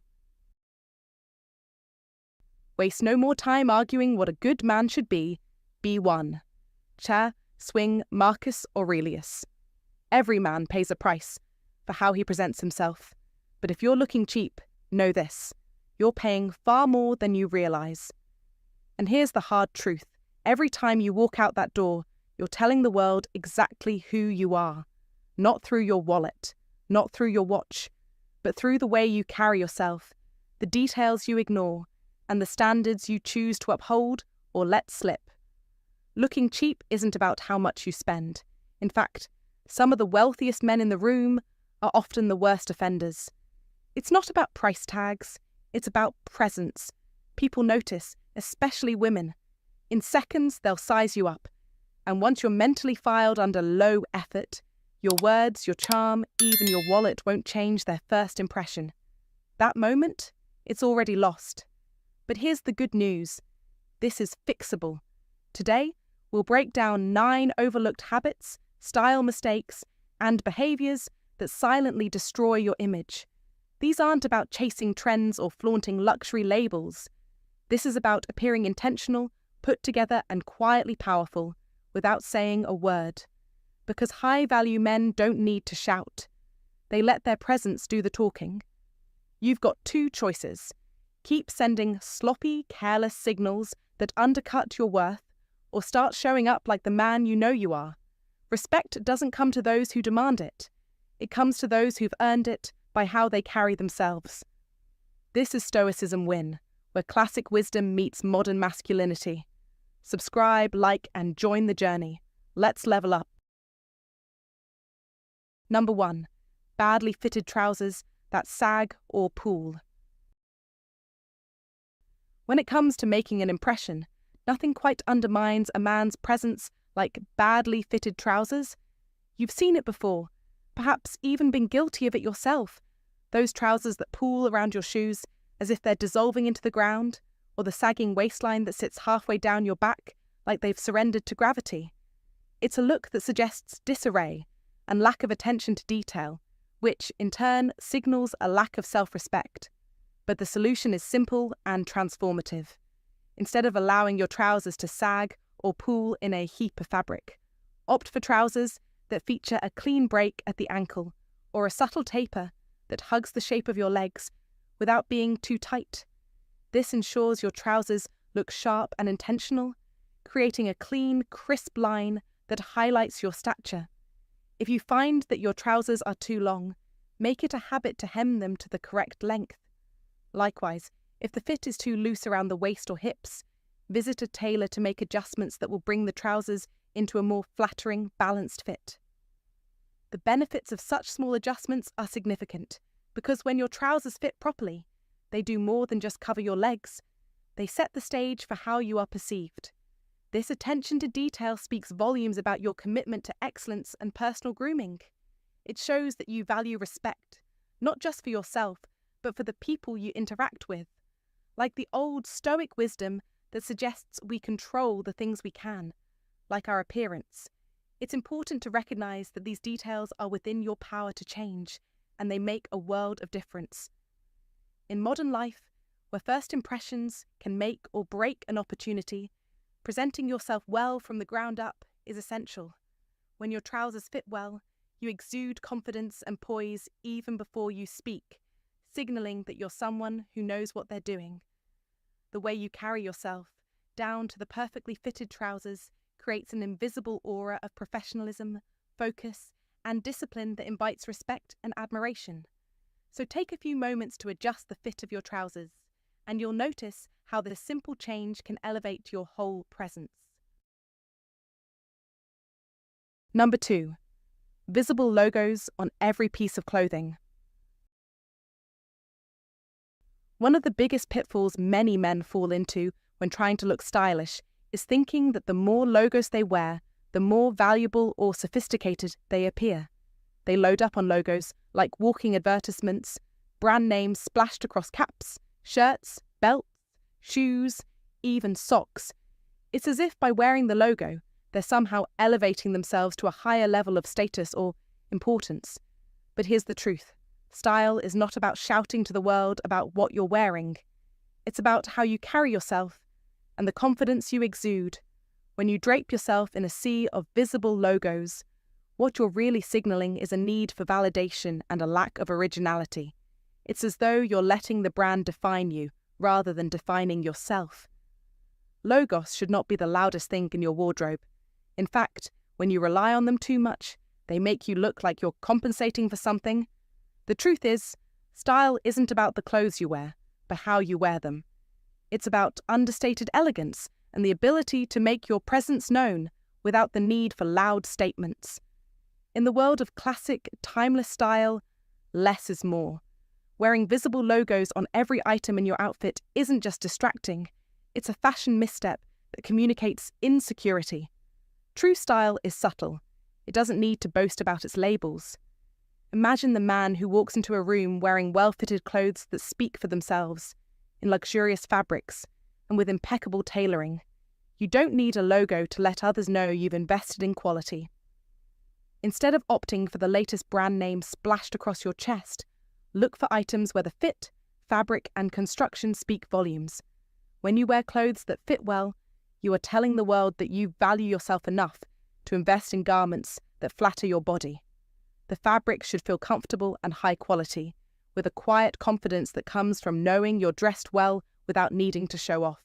True presence, after all, doesn't come from a logo, it's the result of your own confidence and authenticity. The key here is to embrace minimalism. You don't need a logo to make a statement. One discreet logo, if any, is enough, if it's even necessary at all. And even that should be so subtle that it's barely noticeable, more like a whisper than a shout. It's all about creating an image that's timeless and not reliant on the latest brand trend. In fact, you'll find that when you wear pieces that don't have logos plastered everywhere, people will start to pay more attention to the actual quality of your clothing, and most importantly, to you as the person wearing them. It's a deeper, more meaningful recognition. You don't need logos to say who you are. When you invest in pieces that fit well, are made of fine materials, and that you wear with confidence, you radiate a natural elegance that doesn't need a label to define it. In today's society, the constant bombardment of advertisements and the pressure to wear the latest branded items can make it tempting to load up on logos. But real style is timeless. As the Stoics taught us, true power and presence come not from external objects, but from within. The man who knows who he is doesn't need a brand to announce it to the world. He lets his actions, his presence, and his character do the talking. When you rely too heavily on logos and brand names to define your identity, you're essentially letting your clothes speak for you, and that's a dangerous trap to fall into. The most powerful men in history didn't wear logos to announce their greatness. They simply carried themselves with dignity and confidence. They knew that true style was about the strength of their character, not the flashiness of their wardrobe. So, when you're dressing in the future, remember this. Style is about quality, fit, and most importantly, confidence. It's about the man beneath the clothes. Ask yourself, are you wearing these logos because they reflect who you are, or because you feel you need them to validate you? The true essence of style is not in the brands you wear, but in how you wear them and in the man you become while wearing them. Let your clothing speak softly, and let your presence be loud enough to be heard without the need for a logo to do the talking for you. Number 3, worn-out belts with peeling edges. A worn-out belt with peeling edges is one of the most subtle yet glaring signs of neglect in a man's appearance. No matter how sharp your tailored pants are, how polished your shoes, or how crisp your shirt might look, the moment someone's eyes drift to your belt, the peeling edges, the frayed buckle, the cracks in the leather, it's over. Everything else, no matter how pristine, loses its power when a man's belt looks like it's been through a battle. And the truth is, most men treat their belts like background actors. They wear the same one every day until it becomes a sad testament to neglect. But here's the real issue. Your belt doesn't hide at the edge of your outfit. No, it sits right at your center, your core. The very place people are naturally drawn to. The place that gives a quiet but bold statement about who you are and how you manage the details of your life. The belt is the foundation of your look, and when it's worn down, frayed or damaged, it communicates more than you might realize. It says, I don't care about the details. I don't pay attention.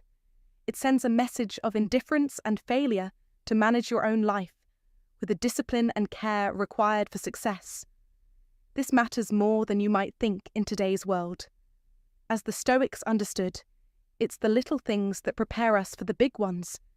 Marcus Aurelius, one of the greatest minds in history, knew that the impediment to action advances action.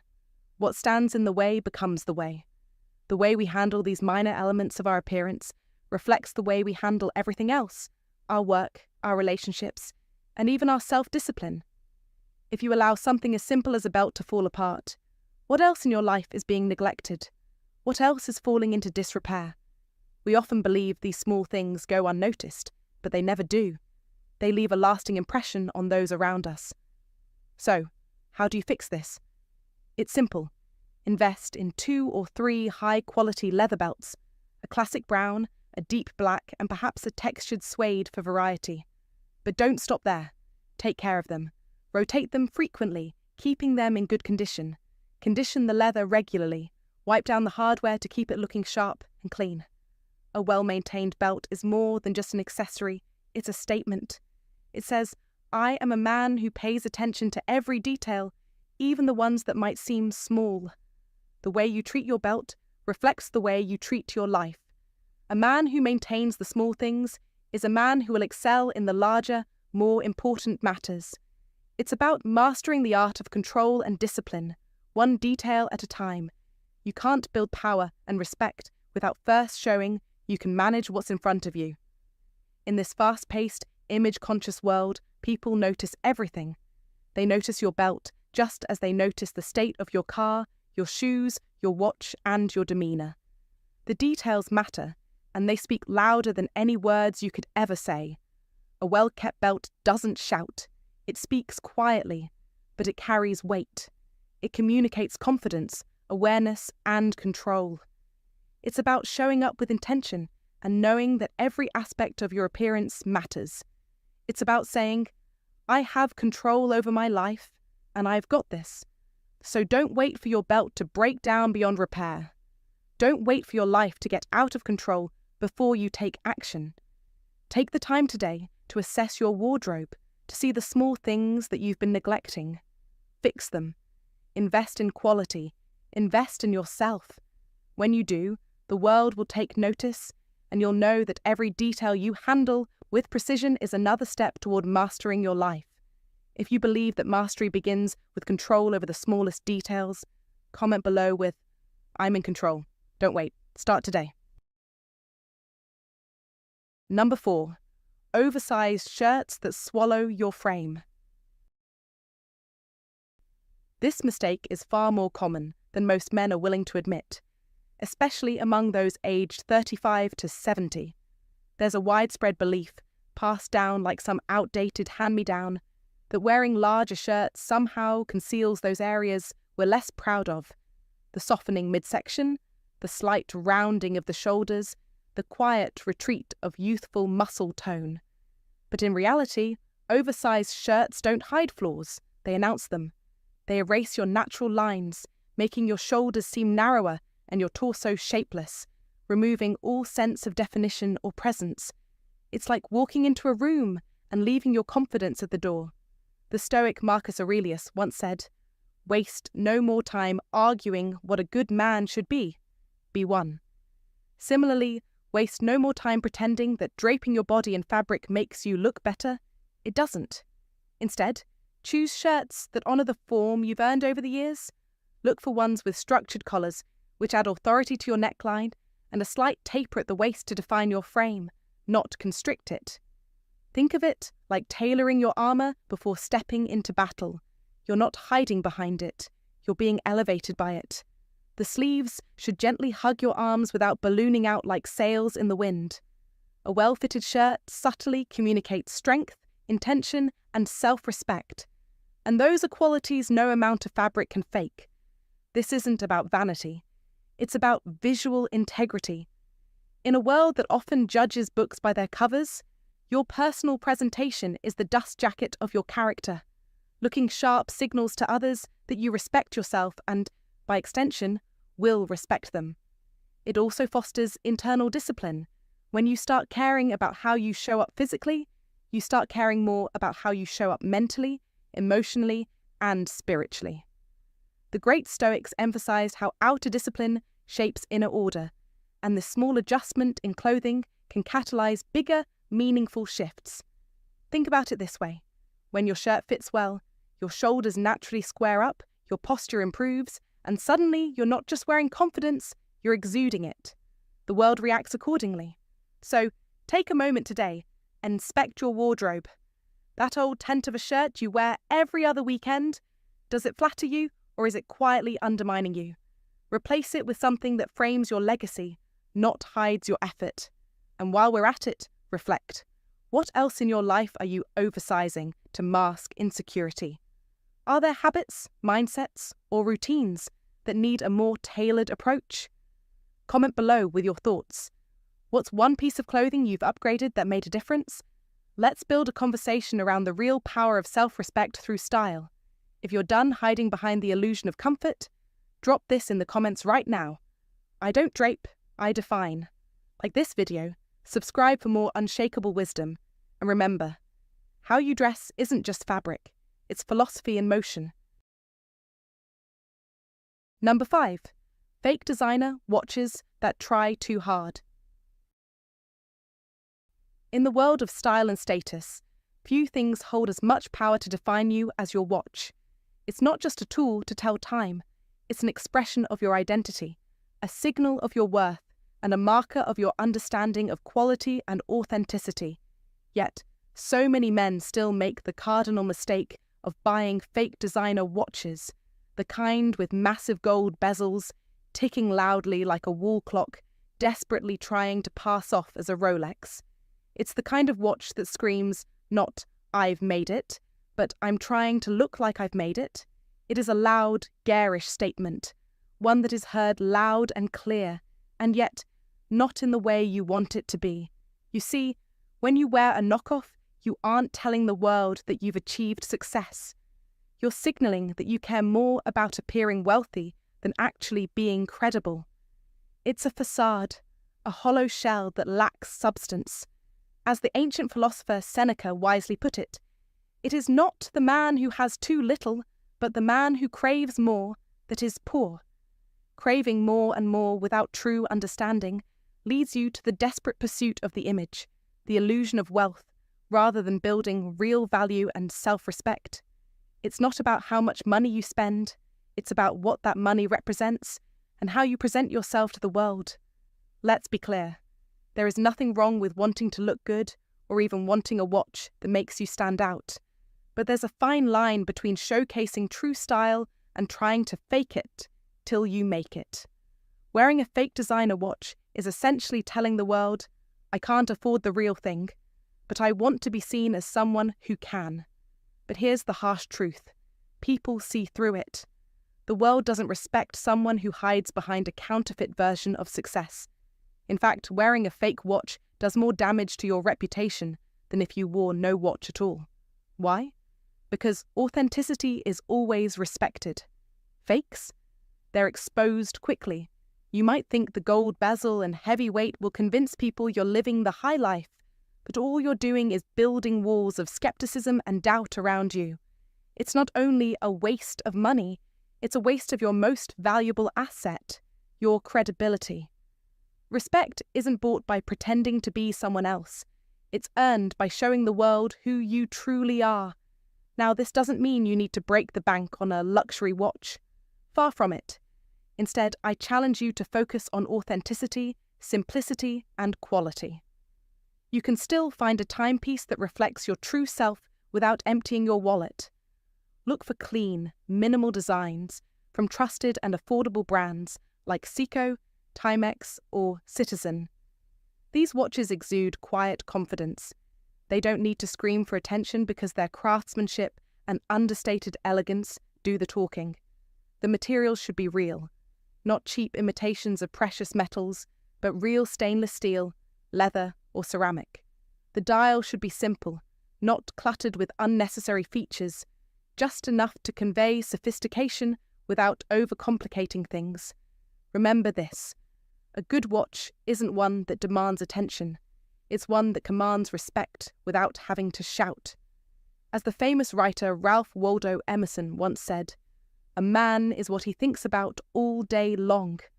What do you want your watch to say about you? Do you want it to broadcast insecurity and the need for approval? Or do you want it to project the kind of self-assured, steady confidence that comes from knowing your true worth? Think about this in modern life. What do we really admire today?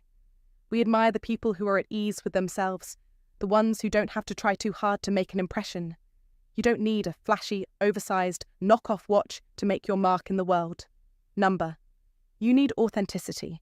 You need the courage to stand tall in your own skin. Real confidence doesn't need to be bolstered by fake images of success. It is built on the quiet, powerful certainty of knowing exactly who you are and what you stand for. Wearing a fake watch is the opposite of this. It's wearing insecurity on your wrist, hiding behind the desire to look wealthy and important. But true wealth isn't found in appearances. It's found in substance, in the quality of your choices, and in the depth of your character. Now, let me leave you with this. Every time you slip on that fake designer watch, ask yourself what message you're sending. Is it one of true success? Or is it a mask that you hide behind? Remember, your watch isn't just a timepiece, it's a statement. Let it be one of integrity, quality, and quiet strength. A fake watch will only cost you money. It will cost you much more in respect, trust, and self-worth. A real watch, the right watch, will elevate you and remind you of the value of authenticity. The choice is yours.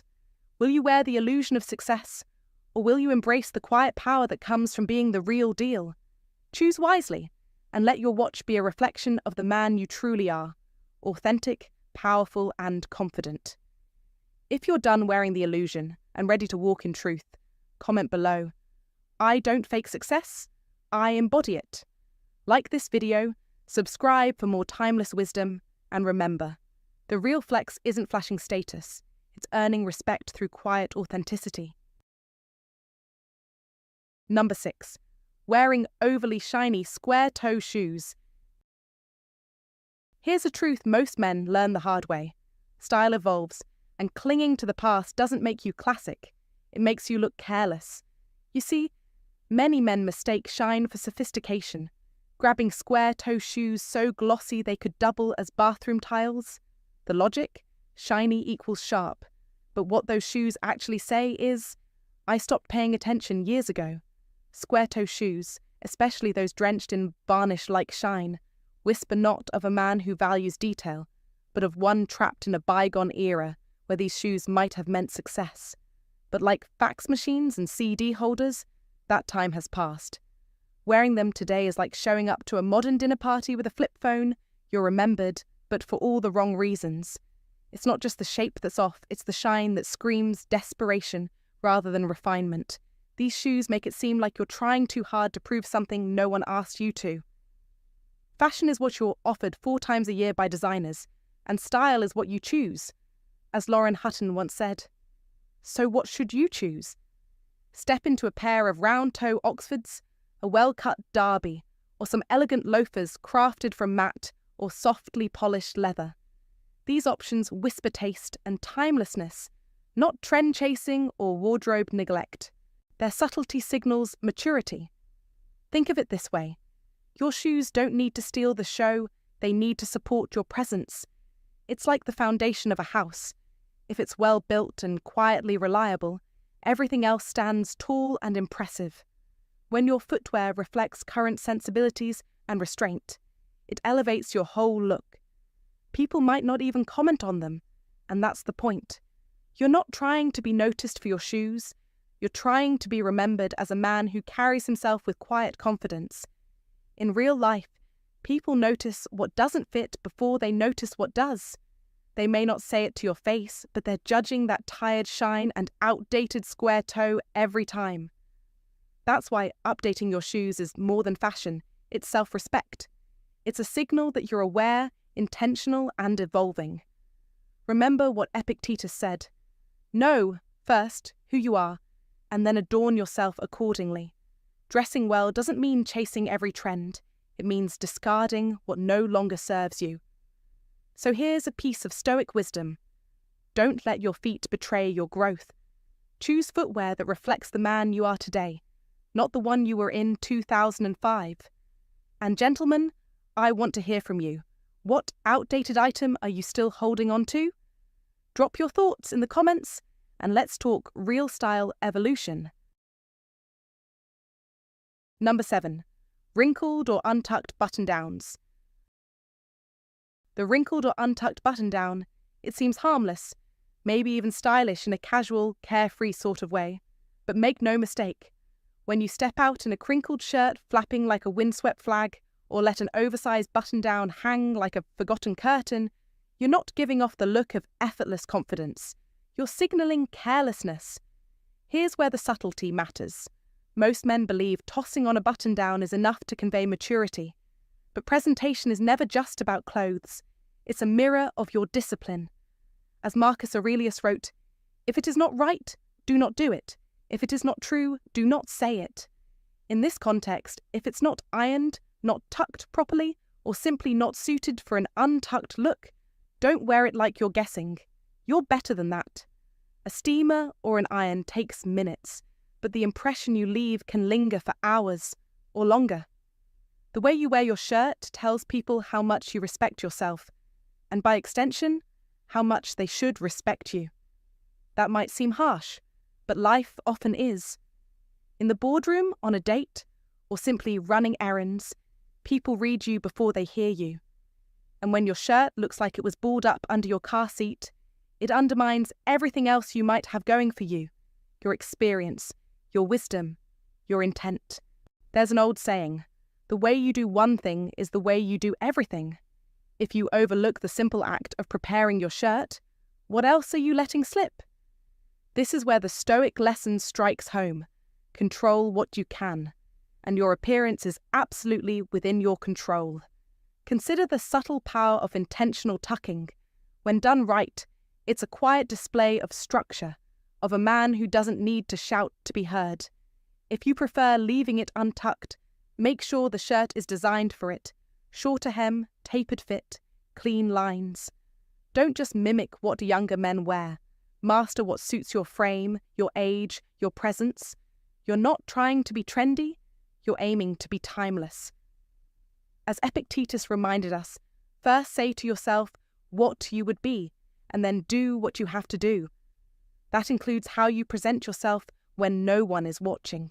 Gentlemen, Don't let the small details betray the strength of your character. You've worked too hard, lived too much, and earned too many hard-won lessons to look like someone who gave up in front of the mirror.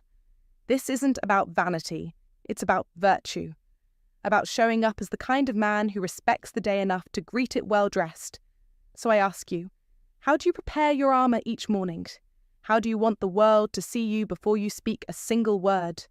Fix the shirt, fix the frame, and watch how the world adjusts its gaze in your favor.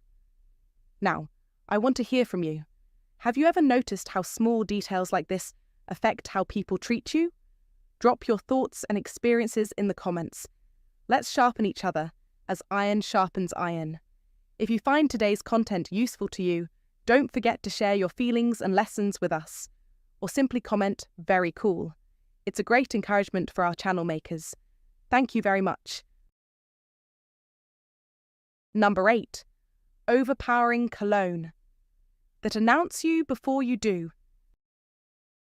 Have you ever walked into a room and felt your cologne make its entrance long before you do?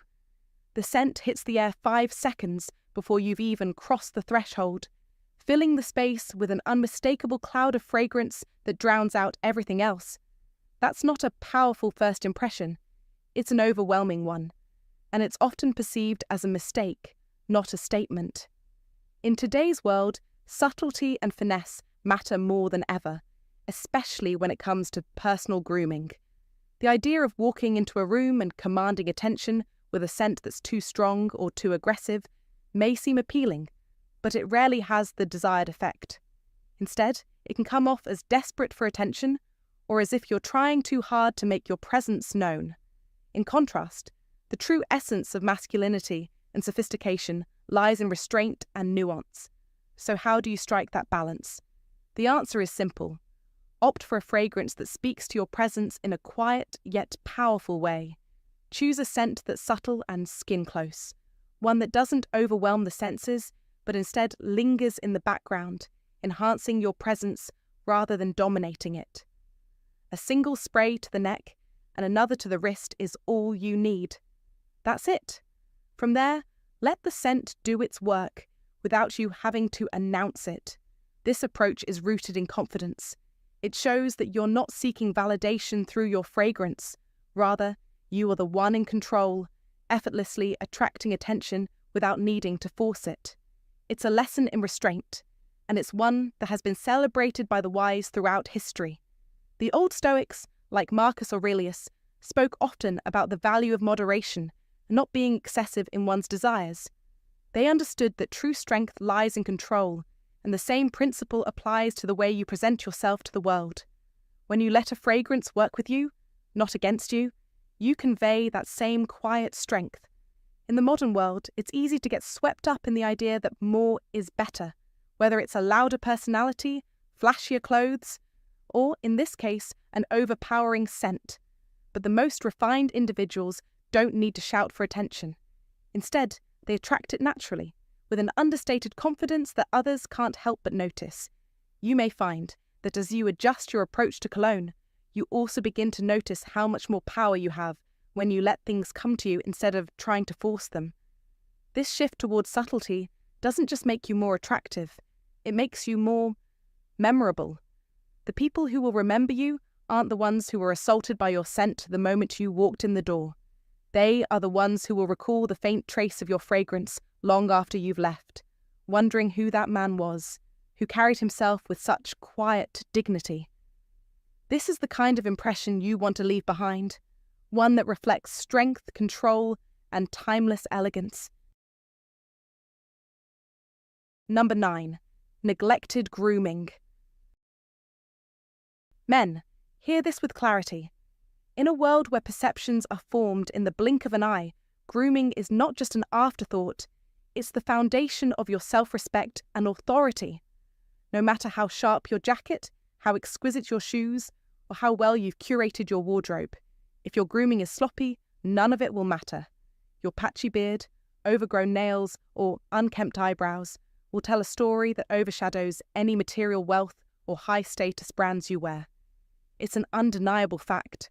Neglecting grooming is a shortcut to appearing unkempt, careless, and unrefined. The great Stoic, Marcus Aurelius, understood this principle well when he said, "Waste no more time arguing what a good man should be. Be one." And being a good man, especially in the eyes of others, starts with how you present yourself, internally and externally. Take a hard look in the mirror. What do you see? Do you see a man who's disciplined enough to maintain his appearance, or a man who's let neglect slip in through the cracks? The truth is, no one respects a man who doesn't respect himself, and grooming is one of the clearest ways you communicate that respect. The small things you neglect, the trim of your beard, the upkeep of your nails, the care you put into your skin, are the things that speak volumes about your self-discipline and your inner strength. It's not about vanity or trying to look perfect. It's about looking presentable, looking like someone who's in control, someone who commands respect. First, say to yourself what you would be, and then do what you have to do. Epictetus told us, "This is more than philosophy. It's practical, actionable wisdom. Your grooming routine is a declaration of who you are and what you stand for." Now, let's break this down further. Every aspect of grooming matters, not because society demands it, but because you do. It's about owning your power. A man with an unruly beard doesn't just look messy. He looks like someone who lacks control. Your beard, when neatly trimmed or clean-shaven, becomes a symbol of your precision, of the fact that you are a man who masters the small details in life. This is about more than appearances. This is about telling the world that you are intentional. The small but vital acts of clipping your nails, tidying your brows, and moisturizing your skin are not tasks. They are acts of respect. They communicate that you understand the importance of presentation and that you are in charge of how others perceive you. The way you carry yourself on the outside reflects your mindset on the inside. Let me ask you something. What kind of life are you trying to lead? A life of leadership and authority, or one of mediocrity? The way you take care of yourself sends that message. A clean, well-maintained appearance, something as simple as grooming, is the first step in demonstrating that you are in control. That's where your power begins. You may feel like your grooming routine is just an afterthought, something small that doesn't matter in the grand scheme of life, but nothing could be further from the truth. It is the cornerstone. It's the foundation. It's the first step to creating a life that commands respect.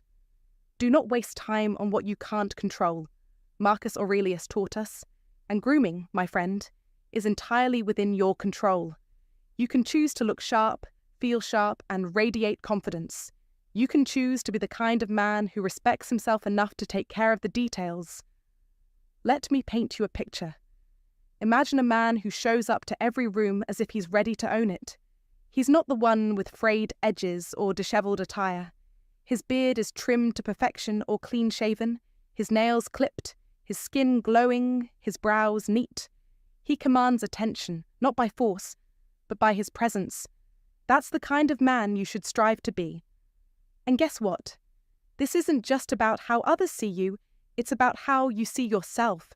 When you look in the mirror and see someone who's disciplined enough to take care of himself, it boosts your confidence. It creates a mindset of strength. The world doesn't just see you as a man of power. They see you as a man who takes command of his own life. This is no small feat. This is the mark of someone who understands the importance of grooming as part of a greater philosophy of self-discipline. So, make this a non-negotiable part of your routine. Every week, build a consistent grooming ritual. Trim that beard or shave it clean. Clip your nails, keep your brows neat, and moisturize your skin.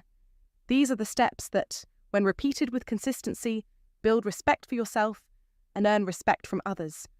It's not about vanity, it's about power, control, and self-respect. Start with grooming and watch as your confidence soars, your interactions change, and your life starts to reflect the discipline and authority you've cultivated. Take charge now. Don't wait. The world is watching, and it will see you as a man who is in control. Grooming is not just about looking good. It's about becoming the man you're meant to be, a man who is respected, admired, and unstoppable. Bonus point. One of the fastest ways a man can unintentionally cheapen his image is by speaking loudly on the phone in a public, especially when the conversation is filled with self-praise, boasting about his latest deals, his expensive car parked outside, or the supposed big moves he's making. We've all seen this character, pacing back and forth, phone on speaker, voice raised as if the world needs to know how important he is. But here's the paradox. The louder a man tries to broadcast his success, the more people silently question whether that success is genuine at all. As the old Stoics would advise, he who exalts himself will be humbled. This kind of behavior doesn't command admiration. It draws skepticism, even pity. Because real success, the kind that lasts, doesn't need to be shouted. Think about the calm presence of a man who walks into a room and doesn't need to say a word, yet you know he's someone of substance. That's the power of quiet confidence. Marcus Aurelius once wrote, "Waste no more time arguing what a good man should be one. Instead of using volume to demand attention, use silence and poise to command respect." The truth is, the strongest men don't need applause, and their success speaks for itself through how they carry themselves, measured, composed, dignified. This applies in everyday life more than you might realize. Whether you're at the airport, in a restaurant, or just out walking your dog, how you handle yourself, especially in public, sends a message. Men who are truly respected often don't seek validation. They already know their worth. And if you've got something to prove it to yourself, not a crowd. So next time you feel the urge to raise your voice or flaunt your status, pause, take a breath, and remember, a lion doesn't need to tell you it's a lion. Carry yourself with the quiet strength of a man who's grounded in values, not volume. As Epictetus taught, it's not what happens to you, but how you react to it that matters. Choose dignity. Choose discretion. The mark of a wise man is restraint. And if you've seen this behavior in others, or maybe in yourself, share your thoughts in the comments. What do you think gives a man true presence? What examples have you seen where less was actually more? Let's open up the discussion. Your insight might be exactly what another man needs to hear today. Final thoughts. If you made it this far, you're one of the real ones. Type "respect the details" in the comments, so we know you're part of this community. This wasn't about chasing trends. It was about showing up like the man you already are. Refined, respected, and quietly powerful. Remember this, the little things matter. Whether it's scuffed shoes, a wrinkled shirt, or how you carry yourself, people notice. Don't let small habits quietly drag down your presence. Fix the details, and the respect follows. Like this video, subscribe for daily style and self-respect tips, and share it with someone overdue for a silent glow-up. Thanks for watching. We've picked the next video on your screen. It dives deeper into timeless male style. Watch that next, and we'll see you back here tomorrow. Take care and stay sharp.